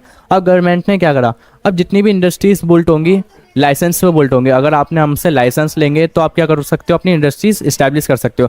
अब आज के समय भी देखा जाए, जितनी भी हमारी कंपनीज होती हैं, कुछ भी इंडस्ट्रीज इस्टेब्लिश होती हैं, तो क्या होती हैं कि उन्हें लाइसेंस लेना पड़ता है, किससे, मैं सरकार से। The basic idea of licensing policy was to encourage industries in backward region of the country, क्योंकि was to promote region equality. अब इन्होंने क्यों करा, अगर कोई मतलब इंडस्ट्री है आपने लाइसेंस लेगी तो उन्हें ऑफ़र बताए जाएंगे कि आपको ये कंसेशन मिल सकते हैं, तो उससे क्या होगा, रीजनल इक्वलिटी बढ़ेगी। Licensing policy to promote region equality, licensing equality of the government wants to promote region equality. अब लाइसेंसिंग का मेन चीज़ क्या थी कि वो रीजनल इक्वलिटी बढ़ा सकें। Private entrepreneurs were expected to establish industry backward region of the country. और जो प्राइवेट एंटरप्रेन्योर्स थे वो क्या चाहते थे, वो एक्सपेक्ट करते थे कि हम अपनी बैकवर्ड रीजन में क्या करेंगे, अपनी इंडस्ट्रीज़ को स्टैब्लिश करेंगे तो क्या कर पाएंगे, वो उन्हें कंसेशन मिल पाएगा। अकॉर्डिंगली लाइसेंस और liberally suit for the backward region rather than the developed regions of the country. अब ये लिबरली मिलते थे, आप उसमें भी करें बैकवर्ड रीजन में या दूसरे जगह पे भी आपको लाइसेंस मिल सकता था। अब नेक्स्ट स्टार्ट होता है हमारा स्मॉल स्केल इंडस्ट्रीज। अब जितना हमारा स्मॉल स्केल इंडस्ट्रीज का रोल रहा है इकोनॉमी में, उतना ही हमारा प्राइवेट का था जितना। जैसे अब जो प्राइवेट इंडस्ट्रीज होती हैं, हमारी बड़ी बड़ी इंडस्ट्रीज होती है, वो कैपिटल इंटेंसिव होती है, मतलब वहाँ मशीनों से चला जाता है काम। अब जो स्मॉल स्केल इंडस्ट्रीज़ हैं वहाँ पे क्या होता है, कैपिटल इंटेंसिव तो नहीं होती क्योंकि उन पे लो इन्वेस्टमेंट होती है। वो क्या करती हैं, ह्यूमन रिसोर्स लेती हैं सारा, ह्यूमन इंटेंसिव होती हैं सारी। अब वहाँ पे जितने ज़्यादा लोग काम करते थे स्मॉल स्केल इंडस्ट्रीज़ में, उतनी ज़्यादा क्या बढ़ती थी, एम्प्लॉयमेंट बढ़ती थी।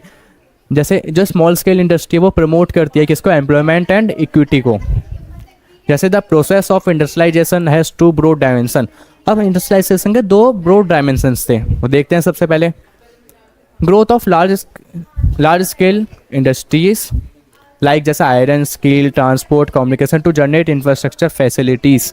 अब जो ग्रोथ हो रही थी लार्ज इंडस्ट्रीज जैसे आयरन, स्टील, जो ट्रांसपोर्ट कम्युनिकेशन की थी, वो जनरेट कर रही थी बहुत ज़्यादा infrastructure facilities. Growth to small industry to generate opportunities, employment, promote equity and social justice. अब जो सोशल स्मॉल स्केल इंडस्ट्रीज थी वो क्या प्रमोट कर रही थी, क्या जनरेट कर रही थी, एम्प्लॉयमेंट और social justice. A small scale industry is presently defined as a unit having fixed investment to less than 10 crore with a turnover less than 50 crores।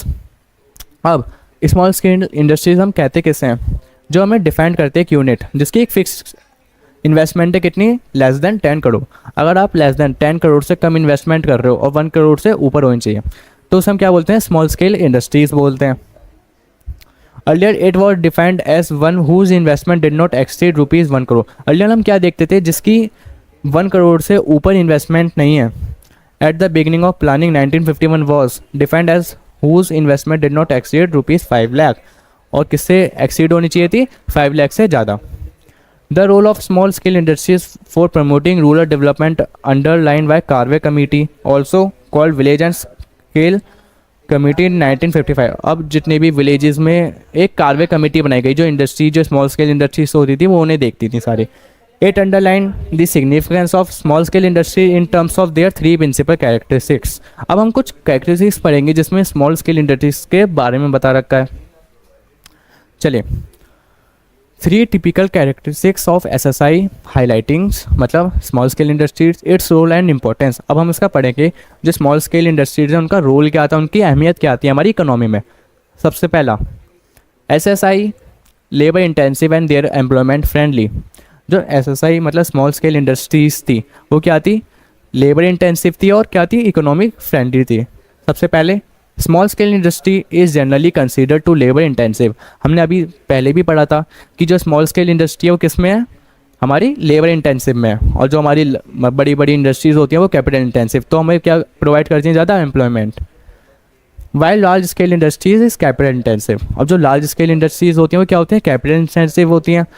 To produce a given output small scale industries is expected to use more labour than capital. अब उन्हें क्या करना है, अपना output बढ़ाना है। तो हम ये सोच के चलते हैं कि जो स्मॉल स्केल इंडस्ट्रीज़ होती हैं वो क्या करती हैं, कैपिटल से ज़्यादा या अपनी मतलब मशीनों से ज़्यादा किसका यूज़ करेंगी, लेबर का। अब वो जितनी ज़्यादा लेबर यूज़ करेंगे लार्ज स्केल इंडस्ट्रीज़, और अदर हैंड अगर दूसरी तरफ देखें, more capital then labour.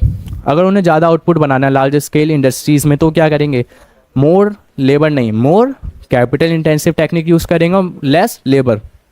We inherited economy from the British which was capital division economy. अब क्योंकि हम तो ब्रिटिश इकोनॉमी से इनहेरिटेड, मतलब उनसे हमने अपनी इकोनॉमी बनाई है। तो ब्रिटिश विच वॉज कैपिटल, उन्होंने क्या करा था, मैं कैपिटल डिवीज़न इकोनॉमी करती थी, जैसे labour supplies economy. Accordingly our planners rightly टफ्ट of achieving full employment by focusing on small scale industries. अब जो हमारे प्लानर्स थे वो क्या सोचते थे, अगर हम स्मॉल स्केल इंडस्ट्रीज़ पे फुल फोकस करेंगे तो हम क्या कर पाएंगे, फुल एम्प्लॉयमेंट का जो होता है ना, एक हमारे देश में कोई भी गरीब ना रहे, सब काम करते रहे, हम वो अचीव कर सकते हैं। नेक्स्ट हमारे क्या है, small scale industry source locational flexibility and it's therefore equality oriented referring integrated equality means, इसमें ये बताया गया है कि जो आपकी लार्ज स्केल इंडस्ट्रीज होती हैं जिनका एक जगह प्लांट लगा है, उन्हें तो बहुत सारा बल्क में रॉ मटेरियल चाहिए होता है, पता नहीं उनका कहाँ से आता है, तो उनकी क्या होती है, ट्रांसपोर्टेशन कॉस्ट लगती है, बहुत ज़्यादा कॉस्ट लगती है। अब जो स्मॉल स्केल इंडस्ट्रीज़ होती हैं वो अपने कहीं भी लोकेलिटी में यूज़ हो जाती हैं, मतलब लगा लेते हैं, स्टैब्लिश हो जाते हैं, तो उन्हें क्या मिल जाता है, नियर बाय से अब उन्हें मटेरियल मिल जाता है, रॉ मटेरियल हो गया, लेबर हो गई, उनका क्या बचता है, खर्चा बचता है। जैसे लार्ज स्केल इंडस्ट्रीज जैसे builder steels, Rourkela steels is often establish close to source of raw material, जिनका सोर्स है रॉ मटेरियल का। This is because raw material requirement of the large scale industries very हो, क्योंकि उनका क्या होता है, बहुत ज़्यादा मटेरियल उन्हें मंगाना होता है। Its transportation from distance play lead to high cost of transportation, उनका ट्रांसपोर्टेशन कॉस्ट का भी क्या होता है, खर्चा बहुत ज़्यादा होता है। Small scale industries on the other hand source vocational flexibility, it is there for equality oriented contributing balance regional growth. अब जो स्मॉल स्केल इंडस्ट्रीज होती है उनका तो लोकली होता है, जितना भी रॉ मटेरियल होता है लोकली आ जाता है, लेबर होती है, ट्रांसपोर्टेशन का ज़्यादा खर्चा नहीं होता, तो इसकी वजह से क्या होती है, स्मॉल स्केल इंडस्ट्रीज बहुत ज़्यादा फ्लेक्सिबल होती हैं अपनी लोकेलिटी में। नेक्स्ट पॉइंट क्या हमारा, small scale industries need small investment and it's therefore equity oriented different equalities across different section of the society. अब जो स्मॉल स्केल इंडस्ट्रीज है वो क्या करती हैं, स्मॉल इन्वेस्टमेंट की जरूरत होती है उन्हें, मतलब बहुत ज़्यादा इन्वेस्टमेंट नहीं चाहिए। Small scale industry need such smaller investment, उन्हें क्या चाहिए, बहुत ज़्यादा स्मॉल इन्वेस्टमेंट चाहिए कंपेयर टू लार्ज स्केल। अगर लार्ज स्केल में देखो तो उन्हें क्या चाहिए, ह्यूज इन्वेस्टमेंट चाहिए। Accordingly it does not lead to concentration of economic power, अब इनकी कुछ इकोनॉमिक पावर पे भी नहीं देखा जाता, क्योंकि उन्हें क्या चाहिए, स्मॉल इन्वेस्टमेंट चाहिए, क्योंकि अगर हम उनमें कुछ भी मतलब इन्वेस्टमेंट करना चाहें तो नॉर्मली हो जाती थी। Rather, it promotes equality across different sectors of the society. Equity is further promoted because greater employment per unit of investment small scale industries compared to large scale industries. क्योंकि equality क्यों provide हो पाती थी, क्योंकि उसमें ज़्यादातर employment को chance मिलता था, मतलब लेबर्स ज़्यादा होती थी, तो उसमें क्या होती थी, इक्वलिटी ज़्यादा होती थी स्मॉल स्केल इंडस्ट्रीज़ में, रैदर देन किसके बारे में सोचा जाए, हमारी लार्ज स्केल इंडस्ट्रीज़ के बारे में। अब एक बात और, जो हमारी इंडस्ट्रीज डेवलप हो रही थी, अब हमें अपने उन्हें क्या करना था, फ़ॉरेन कंपटीशन से बचाना था। जो हमारी बाहर की इंडस्ट्रीज़ आती है उन्हें उनसे बचाना था, क्योंकि हमारी इकोनॉमी क्या थी, अभी ग्रो हो रही थी। इंडिपेंडेंस के बाद देखा जाए तो हमारी जो इकोनॉमिक्स थी उसमें देखा गया है कि जो हमारी इंडस्ट्रीज़ थी उन्हें अभी हम क्या कर रहे थे, ग्रो कर रहे थे। अब अगर उन्हें बाहर जाके क्या मिलेगा, चैलेंज मिलेगा, या उन्हें सोचा जाएगा कि हम उनसे कॉम्पीट नहीं कर सकते, तो हमारी इंडस्ट्रीज़ क्या हो जाएंगी, धीरे धीरे डाउन हो जाएंगी। इसलिए हमारी सरकार ने कुछ फैसले लिए कि हम बाहर जो उस पर, अगर हमारे इंपोर्ट्स या जो गुड्स हैं हमारे इंडिया में या कंट्री में बन सकते हैं, तो हम बाहर से क्या करेंगे, उस पर इंपोर्ट पे रोक लगाएंगे। हम अपने गुड्स आप अपने इंडिया में ही बनाएं एंड उस पर क्या करें, सेल करें। अब हमने उस पर कुछ कोटाज लगा दिए, या टैरिफ को हम पढ़ेंगे अभी, कुछ हमने पॉलिसीज़ लगा दी थी कि आप उन पर हम उन्हें रोक सकें, सब्सटीट्यूट कर सकें। नेक्स्ट कि अगर आपके मार्केट में कंपटीशन थोड़ा बढ़ गया, अब उससे क्या हुआ, जो इंडस्ट्रीज़ थी हमारी मार्केट में क्या नहीं होने लगा, डिमांड नहीं बढ़ने लगी, क्योंकि अगर मार्केट में कंपटीशन ही नहीं था तो उससे क्या हुआ, उससे हमारी जो इंडस्ट्रीज़ थी वो क्या होने लगी, सब काम नहीं करने लगा, मतलब उनका उनमें एक्सपेंडिचर नहीं आ पाया, अब क्योंकि खर्चे नहीं हो पा रहे थे। अब एक बार देखें, development of scale industry require government support as these industries can not compete with big industrial houses. अब जो स्मॉल स्केल इंडस्ट्रीज़ होती थी, जो छोटी इंडस्ट्रीज़ होती थी, वो क्या नहीं कर पाती थी, जो बिग इंडस्ट्रीज़ होती थी उनसे कम्पीट नहीं कर पाती थी। उसका रिजल्ट देखा गया कि जो production of number of goods था वो result for all the small scale industries based on the capability of these small scale industries manufacture those goods. अब कुछ ऐसे गुड्स थे वो जो स्मॉल स्केल इंडस्ट्रीज़ के लिए रिजर्व कर दिए गए कि वो लार्ज स्केल इंडस्ट्री बना ही नहीं सकती, वो स्मॉल स्केल इंडस्ट्रीज़ बना सकती है। They were also given benefit of lower exercise duty and lower interest rate of bank loans। अब स्मॉल स्केल इंडस्ट्रीज़ को क्या भी दे दिया कि आप लोन भी कम रेट पे ले सकते हो, और एक्साइज जो ड्यूटी होती है उस पर भी आप क्या कर सकते हो, कम कर सकते हो। अब हमारी सरकार ने फॉर्म्स ऑफ प्रोटेक्शन निकाले, अब आप अपनी इंडस्ट्रीज़ को कैसे बचा सकते हो।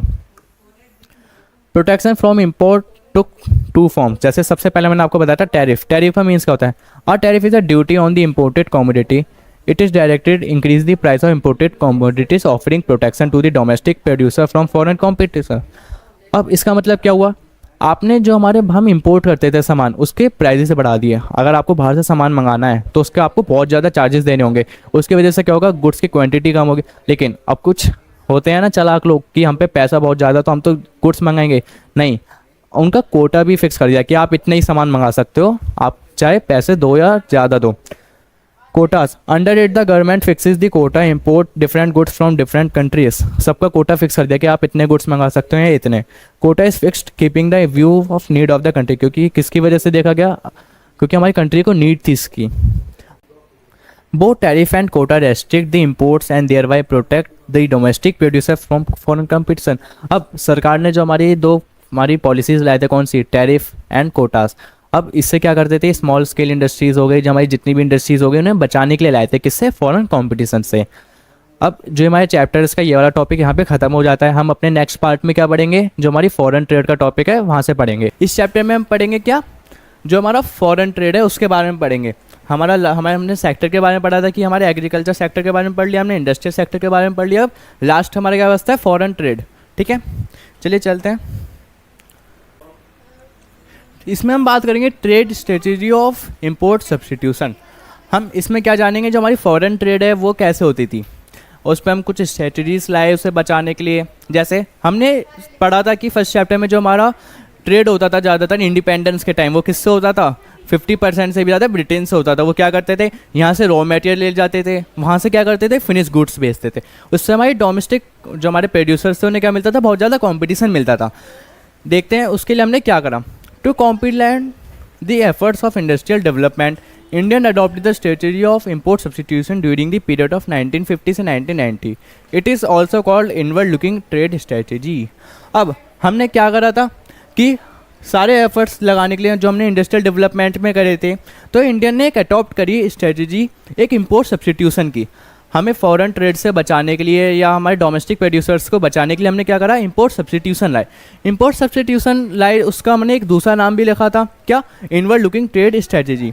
ये कब लाए थे हम, 1950 से 1990 के बीच में। अब देखते हैं ये होती क्या है। Inward looking trade strategy first to policy to of reliance on import substitution and protection to the domestic industry through import restrictions, import duties in the area of international trade. Note this point carefully. अब इसमें आप ये पढ़ोगे कि जो import substitution थी उसमें क्या होता था। इसमें ये होता था कि जो हमारी फॉरेन, उसमें हम क्या करते थे, रेस्ट्रिक्शन लगाते थे। जैसे हमने पढ़ा था कोटाज हो गया, उसमें फिक्स कर दी क्वांटिटी। हमने क्या कर दिया, चार्जेस फिक्स कर दिया कि आप इतना ही मंगा सकते हो। हमने फर्स्ट पॉइंट में ये देखेंगे कि import substitution implies domestic production of those good which the economy has been importing from rest of the world. First, this is a strategy to save origin exchange by restricting the volume of import. हमने इसमें क्या करा कि जो हम goods अपनी domestic country में बना सकते हैं, हमने वो क्या कर दिया, उस पर रोक लगा दी कि हम बाहर से वो नहीं मंगाएंगे। हमने इंपोर्ट क्या कर दिया, उसका बंद कर दिया। आप डोमेस्टिकली बनाएं, अपने कंट्री में ही बनाएं गुड्स, और क्या करें, अपने फॉरेन एक्सचेंज को बचाएं। हम क्या करेंगे, अब आपको ये देखना होगा कि जितना हमारा पैसा बाहर जाता है हम उतने ही क्या होते हैं, कमज़ोर होते हैं। अब जिसका पैसा बाहर जाएगा वो तो कमज़ोर हो गई, और जिसका पैसा अपनी कंट्री में रहेगा वो क्या होगा, मतलब ताकतवर होगा। इसलिए हमने क्या करा, अपने सेव करने के लिए क्या, फॉरेन एक्सचेंज को हमने क्या करा, अपनी डोमेस्टिक कंट्री में प्रोडक्शन स्टार्ट करा। Next, foreign exchange being extremely scarce was to be utilised for development of national import, referring import of such plant and machinery which is essential for growth and development but can not be produced domestically. अब हमने क्या करा, foreign exchange जो हमारे लिए square, ये बहुत square होता है, मतलब बहुत इसकी हमारे यहाँ कमी थी। लेकिन हमने फॉरेन एक्सचेंज किस किस में यूज़ करे, जैसे प्लांट एंड मशीनरी हो गई, जो हम अपने डोमेस्टिकली नहीं बना सकते, हम बस उसमें यूज़ करते थे अपने फॉरेन एक्सचेंज को। एसेंशियल तो जो हमारी ग्रोथ और डेवलपमेंट के लिए। और in the lack of technology और लैक ऑफ इन्वेस्टमेंट फंड, ऐसा हम डोमेस्टिकली उन मशीन्स और प्लांट को क्यों नहीं बना पाते थे, क्योंकि हम पे टेक्नोलॉजी नहीं थी, लैक ऑफ फंड था, हम पे पैसों की कमी थी। ठीक है, Why adopting inward-looking trade strategy, to government prefer to economize the use of foreign exchange through import substitution rather than maximize the generation of origin exchange through export promotion. अब adopt करने से क्या, inward trade strategy, उसमें क्या होता था, हम क्या करते थे कि जो हमारे imports करते थे हम गुड, उसमें तो हमने रोक लगा दी थी। उससे क्या हुआ, हमारा फॉरेन एक्सचेंज बढ़ने लगा। अब हम अपना फॉरेन एक्सचेंज क्या करना चाहते थे, बहुत ज़्यादा और लाना चाहते थे। उससे हमने क्या करा, इससे हमें एक फ़ायदा हुआ। जब हम डोमेस्टिकली बना रहे तो हम क्या करेंगे, ज़्यादा से ज़्यादा हमें एक्सपोर्ट करना चाहिए, जिससे हमारा क्या हो सके, हमें फॉरेन एक्सचेंज मिनिमाइज हो सके, सॉरी मैक्सिमाइज हो सके। Next, also the government wanted to protect domestic industry from international competition. और जो हमारी गवर्नमेंट थी वो क्या करना चाहती थी, हमारे जो डोमेस्टिक प्रोड्यूसर्स थे उन्हें फॉरेन कॉम्पिटिशन से बचाना चाहती थी। अब जैसे ये टी शर्ट जो मैंने पहन रखी है आपको दिख रही होगी, अगर मैं इसे बाहर से मंगाता हूँ तो हमारे डोमेस्टिक जो प्रोड्यूसर्स हैं उन पर क्या होगा, एक कंपटीशन आएगा कि बाहर से हम, क्योंकि ऐसा तो है नहीं कि बाहर से वो सेम मटेरियल आएगा, वहाँ से कुछ ना कुछ अलग मटेरियल आएगा, जैसे फाइन क्वालिटी हो गई, अलग आपको मटेरियल देखने को मिलेगा। इससे क्या होगा, डोमेस्टिक प्रोड्यूसर्स के लिए कंपटीशन बढ़ेगा। इसी को हमने रोकने के लिए हमारे में क्या लाई थी, इंपोर्ट सब्स्टिट्यूशन लाए थे। अब नेक्स्ट देखते हैं क्या, salient features of growth strategy and its goods and bad effects. अब हम जानेंगे जो हमने ट्रेड स्ट्रेटेजी लाई थी उसके कुछ गुड्स इफेक्ट थे और कुछ बैड इफेक्ट्स है भी, जानते हैं इसके फ़ायदे और नुकसान क्या थे। Based and mixed economics and 5 years plan as the overall growth model, the growth strategy during the following salient features. अब हम जो ओवरऑल ग्रोथ के लिए हम 5 years प्लान लाए थे उसके कुछ फीचर्स थे, सबसे पहले वो पढ़ते हैं। First, public enterprises were to play a central role in the process of industrialisation. अब जो पब्लिक सेक्टर था वो क्या निभा रहा था, अपने एक सेंट्रल रोल निभा रहा था, बहुत अहम भूमिका निभा रहा था, किसके लिए, इंडस्ट्रियलाइजेशन के लिए। अब हमने पढ़ा था कि अपने क्या इंडस्ट्रियल सेक्टर वाले टॉपिक में कि पब्लिक सेक्टर ने कैसे बहुत बड़ा इन्वेस्टमेंट करके खुद अपने ऊपर सारी चीज़ें लेके इंडस्ट्रियलाइजेशन को कैसे बढ़ाया। Second, private enterprise were to play only a secondary role in the process of industrialisation and to under permit licence raj. अब प्राइवेट एंटरप्राइजेस ने क्या करा था, अपना सेकेंडरी रोल निभाया था, किसमें, इंडस्ट्रियलाइजेशन में, किसके अंडर में, परमिट लाइसेंस राज में। जैसे इट वॉज अ सिस्टम, एक ऐसा सिस्टम था under which private entrepreneurs were to obtain a licence from their industrial establishment and in most cases were to produce goods with the legally prescribed limits of production capacity। अब इसमें जो private जो entrepreneurs होते थे तो क्या करते थे, अपनी इंडस्ट्रियल जो भी बनाते थे उसके लिए क्या लेते थे, लाइसेंस लेते थे, और एक उन्हें कैपेसिटी दी जाती थी कि आप अपने गुड्स बना सकते हो या लीगली जिस आपको लिमिट सेट करी गई है उसी के अंदर आपको प्रोडक्शन करना है। Next, process of intelligence focused on import substitution, implying that the production of such goods forced to according a high priority which were imported from rest of the world. The idea was to see safe reliance as well as economics use of foreign exchange।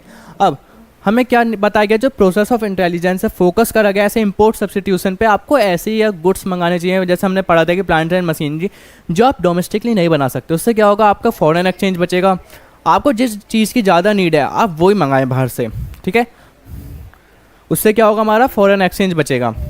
Fourth, as far as possible domestic industry vote to protect from foreign competition protection was, ये was है, to offer through heavy duty on imports and fixation of import quota, it was lies protection would foster the growth of domestic industry.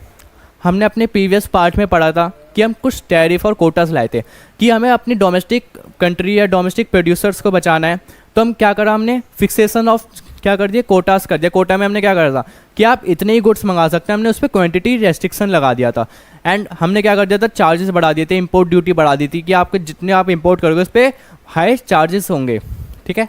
उससे क्या हुआ, हमारी domestic जो country थी उसके domestic producers को क्या मिला, कॉम्पिटिशन से राहत मिली थी। क्यों, क्योंकि हमने कोटास और टैरिफ ला दी थी इंपोर्ट सब्स्टिट्यूशन से। फिफ्थ, हमने पढ़ा था कि large scale industry was to able develop with a view to building and infrastructure base in the country. अब जो हमारी लार्ज स्केल इंडस्ट्रीज थी वो क्यों डेवलप करी जा रही थी, बिकॉज क्योंकि वो हमारा इंफ्रास्ट्रक्चर हो गया, व्यू देखा जाए कि बिल्डिंग्स हो गई, वो हमारा बेस बना रही थी हमारी कंट्री के लिए।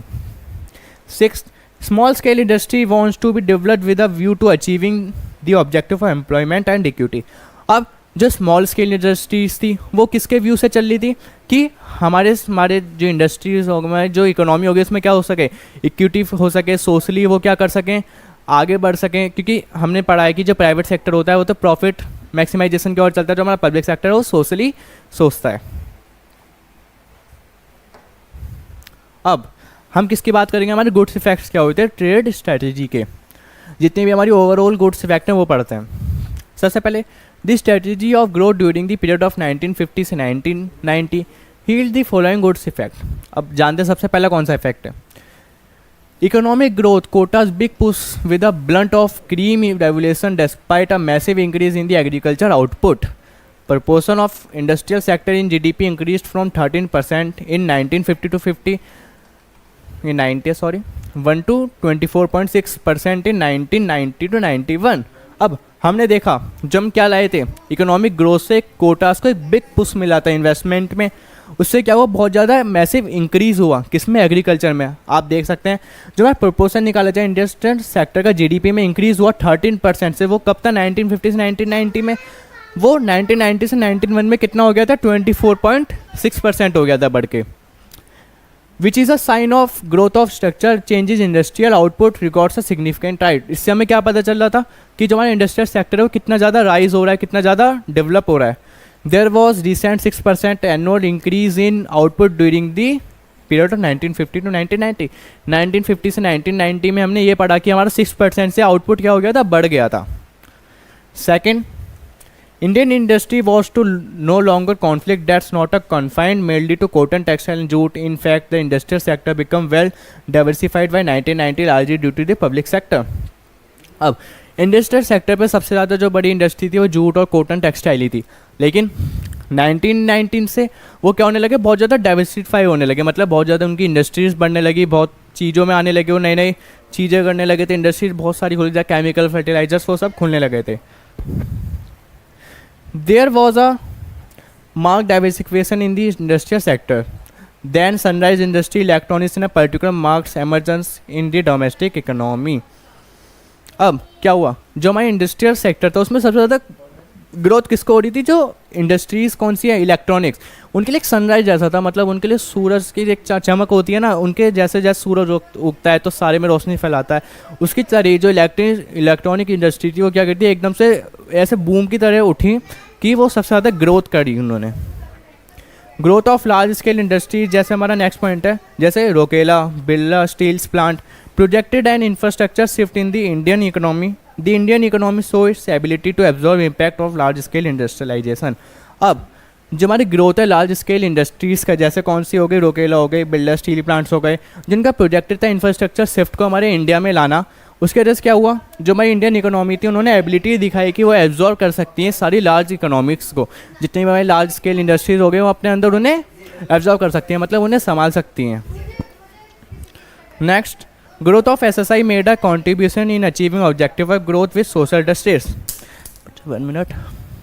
अब जो हमारी स्मॉल स्केल इंडस्ट्रीज़ थी उसमें क्या हुआ, वो अचीव करने में क्या निर्भर थी, वो सक्षम थी कि वो एक सोशल ऑब्जेक्टिव को या सोशल जस्टिस को क्या कर सकती हैं, अचीव कर सकती है. कौन, स्मॉल स्केल इंडस्ट्री. क्यों, क्योंकि इसमें क्या होती है, लेबर इंटेंसिव टेक्निक हम सबसे ज़्यादा यूज़ करते हैं, उसकी वजह से क्या होता है, बहुत ज़्यादा सोशल वेलबींग बढ़ता है. The development of small scale industry offered entrepreneur opportunities for the small investment lacking funds of large enterprise. अब हमने क्या देखा, जो इंडस्ट्रीज होती थी वो एंटरप्रेन्योर से अपॉर्चुनिटीज़ लाती थी, बिकॉज उसमें क्या होती थी, स्मॉल इन्वेस्टमेंट्स होती थी. हमने ये पढ़ा था कि लो इसमें क्या होती है, लेबर इंटेंसिव होती है, तो उसमें क्या होती है, लेबर्स की क्या होती है, एम्प्लॉयमेंट जनरेशन ज़्यादा होता है, उसकी वजह से क्या होता है, सोशली लोग ज़्यादा उसमें मिल पाते हैं.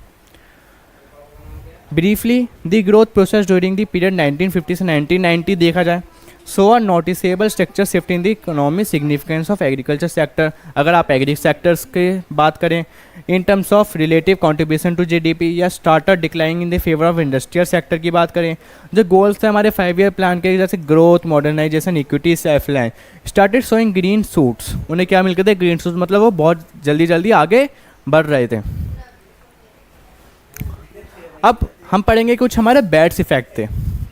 अब ये भी पढ़ लेते हैं क्या होते हैं हमारे bad effects. Were significant as good effects there are as under. अब जो हमारे बैड इफेक्ट्स हैं उनके कुछ ऐसा देखा जाए सिग्निफिकेंट थे गुड इफेक्ट्स. जैसे first, in due course of time the plants realise excessive dominance of public sector. अब जो हमारी प्राइवेट, अब जो डोमिनेंस है हमारी किसकी, पब्लिक सेक्टर की, उसकी वजह से क्या हो गया, जैसे हमारा जो प्राइवेट सेक्टर था वो डोमिनेंस कर रहे थे किस पे ज़्यादा, हमारा पब्लिक सेक्टर हो गया किस पे कौन ज़्यादा डोमिनेंस कर रहा था, प्राइवेट सेक्टर पर. उसकी वजह से covering the production of certain consumers good which the private sector was well equipped to do was realized the key element of excessive dominance. It was indeed surprising that even bread and shoes were produced by the public sector enterprises. This undermined the significance of private sector as agent of growth. अब private sector पे ये भी नहीं था कि वो goods produce कर सकें, उन्हें सब किसके अंडर में करने थे, पब्लिक सेक्टर के अंडर में. क्योंकि पब्लिक सेक्टर भी जो ब्रेड हो गया, शूज़ हो गए, वो भी कौन प्रोडक्शन कर रहा था उसका public sector. Next, public sector monopolies gradually turn to be a dead social weight, inefficiency, corruption, leakage, privilege emerged as the eight principal characterized by incurring huge losses, public sector enterprise insufficient use of scarce national resources। अब ये देखा गया अगर public sector का primary role है वो हर चीज़ में dominate कर रहा है तो उसमें कुछ नुकसान आने लगे। क्या होने लगा? लीकेज होने लगा मनी का, करप्शन होने लगा, उसके जो मतलब एम्प्लॉयज़ होते थे वो लेट आने लगे अपने काम में, मतलब बहुत स्लो डाउन हो चुका था। The need to obtain a license from opening a new firm, expanding the existing firm was misused by big industrial houses। अब आपको किसकी ज़रूरत पड़ती थी इंडस्ट्रीज़ को डेवलप करने के लिए? लाइसेंस की। लेकिन ये जो लाइसेंस होता था कुछ ही हाथों में आ पाता था। जो बड़ी बड़ी इंडस्ट्रीज हाउसेज होते थे वो इसका क्या कर पाते थे? फ़ायदा उठा पाते थे। The big houses would get license simply to ward emergence of competition in the market. जो कॉम्पिटिटर्स होते थे मार्केट में, जो बिग हाउसेस होते थे इंडस्ट्रीज़ के, वही क्या कर पाते थे? लाइसेंस ला पाते थे। The whole system ultimately started flourishing the system of permit licence raj dominated by the big players in the market. अब जो परमिट लाइसेंस राज था कि आपको हर इंडस्ट्रीज़ के लिए क्या चाहिए? लाइसेंस। उसके लिए क्या करने लगे? जो बिग हाउसेस थे वो उस पर डोमिनेट करने लगे कि हम पे लाइसेंस है बस, और किसी पे नहीं आ पाए। नेक्स्ट क्या हमारा? Protection of domestic industry stimulated it's growth. अब जो हमारी डोमेस्टिक कंट्री को प्रोटेक्ट करने के लिए क्या करना पड़ा? हमारी ग्रोथ को स्टिमुलेट करना पड़ा, but it failed to achieve international standard of production quality. अब ये बहुत ज़रूरी है कि जो हमने इम्पोर्ट सब्स्टिट्यूशन लाया हम अपनी डोमेस्टिक प्रोड्यूसर्स को बचाने के लिए, उसकी वजह से क्या होने लगा? जो हमारे प्रोड्यूसर्स थे डोमेस्टिकली वो बहुत ज़्यादा लैक ऑफ, मतलब देखा जाए जैसे आप में टी शर्ट ही ले लीजिए, जैसे टी शर्ट थी ये उस क्वालिटी के बना ही नहीं पाए जो हमारी बाहर से आती थी। अब ये सोचते थे कि हमें तो कोई कंपटीशन मिलने का ही नहीं है बाहर से, उसकी वजह से क्या होने लगा? हमारे लैक ऑफ, आप जैसे मान लें क्रिएटिविटी हो गई, लैक ऑफ क्रिएटिविटी। अब वो डोमेस्टिकली सोचते जो हम बना रहे हैं वही बिकेगा हमारी कंट्री में। अब उन्हें क्योंकि बाहर से, अब गाड़ियाँ ही ले लीजिए, जैसे हमारे देश में इंडिपेंडेंस के टाइम जो गाड़ियाँ होती थी पहले कौन सी चलती थी? हमारी वो हो गई ब्रांड एम्बेसडर गाड़ी हो गई, उससे के अलावा कोई आपको गाड़ी दिखेगी नहीं वहाँ पे। टाटा की गाड़ी हो गई, वो हो गई। जैसे अब नई नई गाड़ियाँ आती हैं, स्विफ्ट हो गई, लैम्बोर्गिनी हो गई, वो क्या होती हैं? क्योंकि उन्हें उस टाइम कंपटीशन नहीं मिल रहा था, बाहर से नई टेक्नोलॉजी नहीं आ रही थी हमारी इंडियन इकोनॉमी में। उससे क्या हो रहा था? उसकी वजह से क्या होता है? Stimulated growth but it fail to achieving international standard. वो एक इंटरनेशनल स्टैंडर्ड पे आ ही नहीं पा रहे थे। Lack of competition promoted rather domestic entrepreneurs were focused open monopoly control of the market. Growth through competition and diversification was continuously avoided। अब जी growth करना चाह रहे थे, बाहर के लोगों से तो कर नहीं पा रहे थे उसकी वजह से, लेकिन ये ज़रूरी था हमारे लिए जिससे हम अपने आप को डाइवर्सिफाई कर सकें। लास्ट क्या है हमारा? Saving foreign exchange, saving foreign exchange. Saving foreign exchange through import substitution rather than generating it through export promotion to an inefficient policy instrument. अब हम फॉरेन एक्सचेंज अपना बचाने के लिए कई सारे इंस्ट्रूमेंट्स लाए। हमने पढ़ा था कौन कौन से टैरिफ्स हो गए, कोटाज हो गए, इंपोर्ट ट्रेड स्ट्रेटजी हो गई। Avoid for foreign exchange reserve started sinking and end of the 1990 stock of sank to bottom so much that we had to pledge gold reserve with the World Bank to salvage our borrowing. अब ये देखा गया कि जो हमारी gold था वो हम पे बचा रह गया था, जो हमारा फॉरेन एक्सचेंज था वो बिल्कुल ख़त्म होने जा रहा था। उसकी वजह से हमारी जो इकोनॉमी थी वो भी क्या होने लगी? स्लो डाउन होने लगी। हम अपने आप आज के समय में देखोगे आज हमारे यहाँ सब ओपन है, आप बाहर से जितना मंगाए कोई बात नहीं, आप यहाँ से कितना भेजें वो भी कोई बात नहीं, ना कोई ज़्यादा टैक्सेस है ना कोई ज़्यादा रेस्ट्रिक्शंस है। अब हम ये नेक्स्ट चैप्टर में भी पढ़ेंगे कि हमारे जो ओपन है उसके भी कुछ फ़ायदे हुए। अब सबसे लास्ट का चैप्टर में हमारा ये लास्ट टॉपिक है कि कंक्लूजन क्या निकला ये सब करने का। जानते हैं कंक्लूजन क्या हुआ? As a result of the strategy of growth under 5 year plan, हमने देखा है इसका रिजल्ट क्या है स्ट्रेटजी ऑफ ग्रोथ का 5 ईयर प्लान में। Indian economic was able to break the barrier of economic stagnation. जो इंडियन इकोनॉमिक थी वो इतनी तो काबिल हो चुकी थी, वो एक ब्रेक कर पाई किसको? एक बैरियर को, जो इकोनॉमिक स्टैग्नेशन थी, जो हमारी इकोनॉमिक पिछड़ी हुई थी, जो बैकवर्ड थी, वो हमने ब्रेक तो कर दिया था। India become a self sufficient in food grain protection. हमने क्या करा? फूड ग्रेन, अब हम अपने आप में इतना सफिशिएंट हो चुके थे कि हम अपने पे खुद का फूड है, हमें इम्पोर्ट की ज़रूरत नहीं है। लैंड रिफॉर्म्स लाए हम। HIV technology turn Indian agriculture from A stagnant and backward sector into a vibrant and growing sector in the economic. The industrial sector was diversified. अब HIV टेक्नोलॉजी की वजह से लैंड रिफॉर्म्स की वजह से हमारे एग्रीकल्चर तो जो स्टैगनेंट एग्रीकल्चर से वो किस में बदल चुका था, वाइब्रेंट एग्रीकल्चर सेक्टर, मतलब उसमें बहुत ज़्यादा ग्रोथ हो रही थी। उस समय हमारे इंडस्ट्रियल सेक्टर भी बहुत क्या डाइवर्सिफाई होने पड़ा। Industrial development become participle reality. A structure shift in terms of relative contribution of agriculture industrial sector to GDP also become perceptible। अब देखा जाए कि जो हमारा एग्रीकल्चर इंडस्ट्रियल सेक्टर था बहुत ज़्यादा क्या था, कंट्रीब्यूशन हो रहा था जीडीपी में, बट पैराडॉक्सली देखा जाए even as the industrial sector grew contribution of agriculture sector to GDP decline. अब ये क्या होता, और जो हमारा एग्रीकल्चर का सेक्टर का कंट्रीब्यूशन था वो तो गिर रहा था, लेकिन इंडस्ट्रियल सेक्टर का बहुत ज़्यादा किसका कंट्रीब्यूशन बढ़ रहा था, इंडस्ट्री सेक्टर का। Almost 65% of the population continue to be employed in agriculture sector till 1990 तक, या उसके लास्ट तक देखा जाए हमारी पॉपुलेशन थी जो इंडिया की कितनी 65% वो किस में काम करती थी, एग्रीकल्चर सेक्टर में, implying that the growth in industrial sector and service sector was not sufficient to absorb the surplus labour force to agriculture sector. ठीक है, स्केयर है। अब जो हमारी सर्विस सेक्टर इंडस्ट्रियल सेक्टर है वो इतना अपना अंदर मतलब उसमें इतना कामयाबी नहीं थी कि वो सारी जो हमारी लेबर फोर्स है उन्हें अपने अंदर एब्जॉर्व कर सके, मतलब उन सबको क्या देख सके, एम्प्लॉयमेंट देख सके। Spurt in productive owing to green revolution lead to a huge backlog of surplus labour force in agriculture, but industrial growth was not enough to observe that surplus. अब इंडस्ट्रियल ग्रोथ इतनी surplus नहीं थी कि आप सारी employment दे सकें, agriculture सबको employment दे सके। Consequently, the planners were confronted with the situation of massive rural unemployment in the economics। अब जो हमारे प्लानर्स थे वो देख रहे थे हमारे जो अनएम्प्लॉयमेंट हो रही थी उसकी वजह क्या है, उसे दोबारा से सुधार कैसे है। Beside growing unemployment among the educated young in the urban areas. अब हमारा अनएम्प्लॉयमेंट बढ़ने लगी थी, अब इसकी संख्या किसकी ज़्यादा थी, एजुकेटेड लोगों की, कि वो जो अर्बन एरियाज़ में रहते थे। This was recognized on the major limitation of the industrial policies pursued under 5-year plan. अब जो रिकॉग्नाइज करा गया हमारे कौन सी मेजर लिमिटेशन थी इंडस्ट्रियल पॉलिसीज़ की जो परस्यू करी गई थी हमारी 5-year प्लान में। In addition the excessive religion and protection from foreign competition lead to incompetitiveness and inefficiency of the domestic producers. अब हमने देखा हम अपने डोमेस्टिक प्रोड्यूसर्स को बचाने के चक्कर में हमने क्या करा, इनकॉम्पिटिटिवनेस पैदा कर दिया कि उसमें कोई भावना नहीं है कि वो कॉम्पिटिशन करे। कॉम्पिटिशन से ये तो होता है कि आप डेवलप ज़्यादा होते।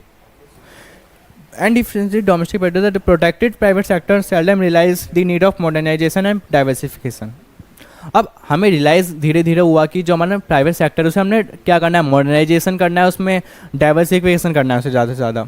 With the passage of time bad effects over the strategy of industrialization started overshadowing the good effect. अब जो जैसे जैसे टाइम बीतता गया उस पर जो हमारे इंडस्ट्रियलाइजेशन के बैड इफेक्ट्स थे वो गुड इफेक्ट्स पे के ऊपर आने लगे, मतलब बैड इफेक्ट ज़्यादा आने लगे। So much so that the government was compelled to revive the entire strategy of economic growth. अब जो हमारी गवर्नमेंट थी उन्होंने इकोनॉमिक ग्रोथ की जो हमारी स्ट्रेटजी थी उसे दोबारा रिवाइज करा, दोबारा उसे समझा। This lead to the emergence of new economic policy NEP of the subject matter of subject 4।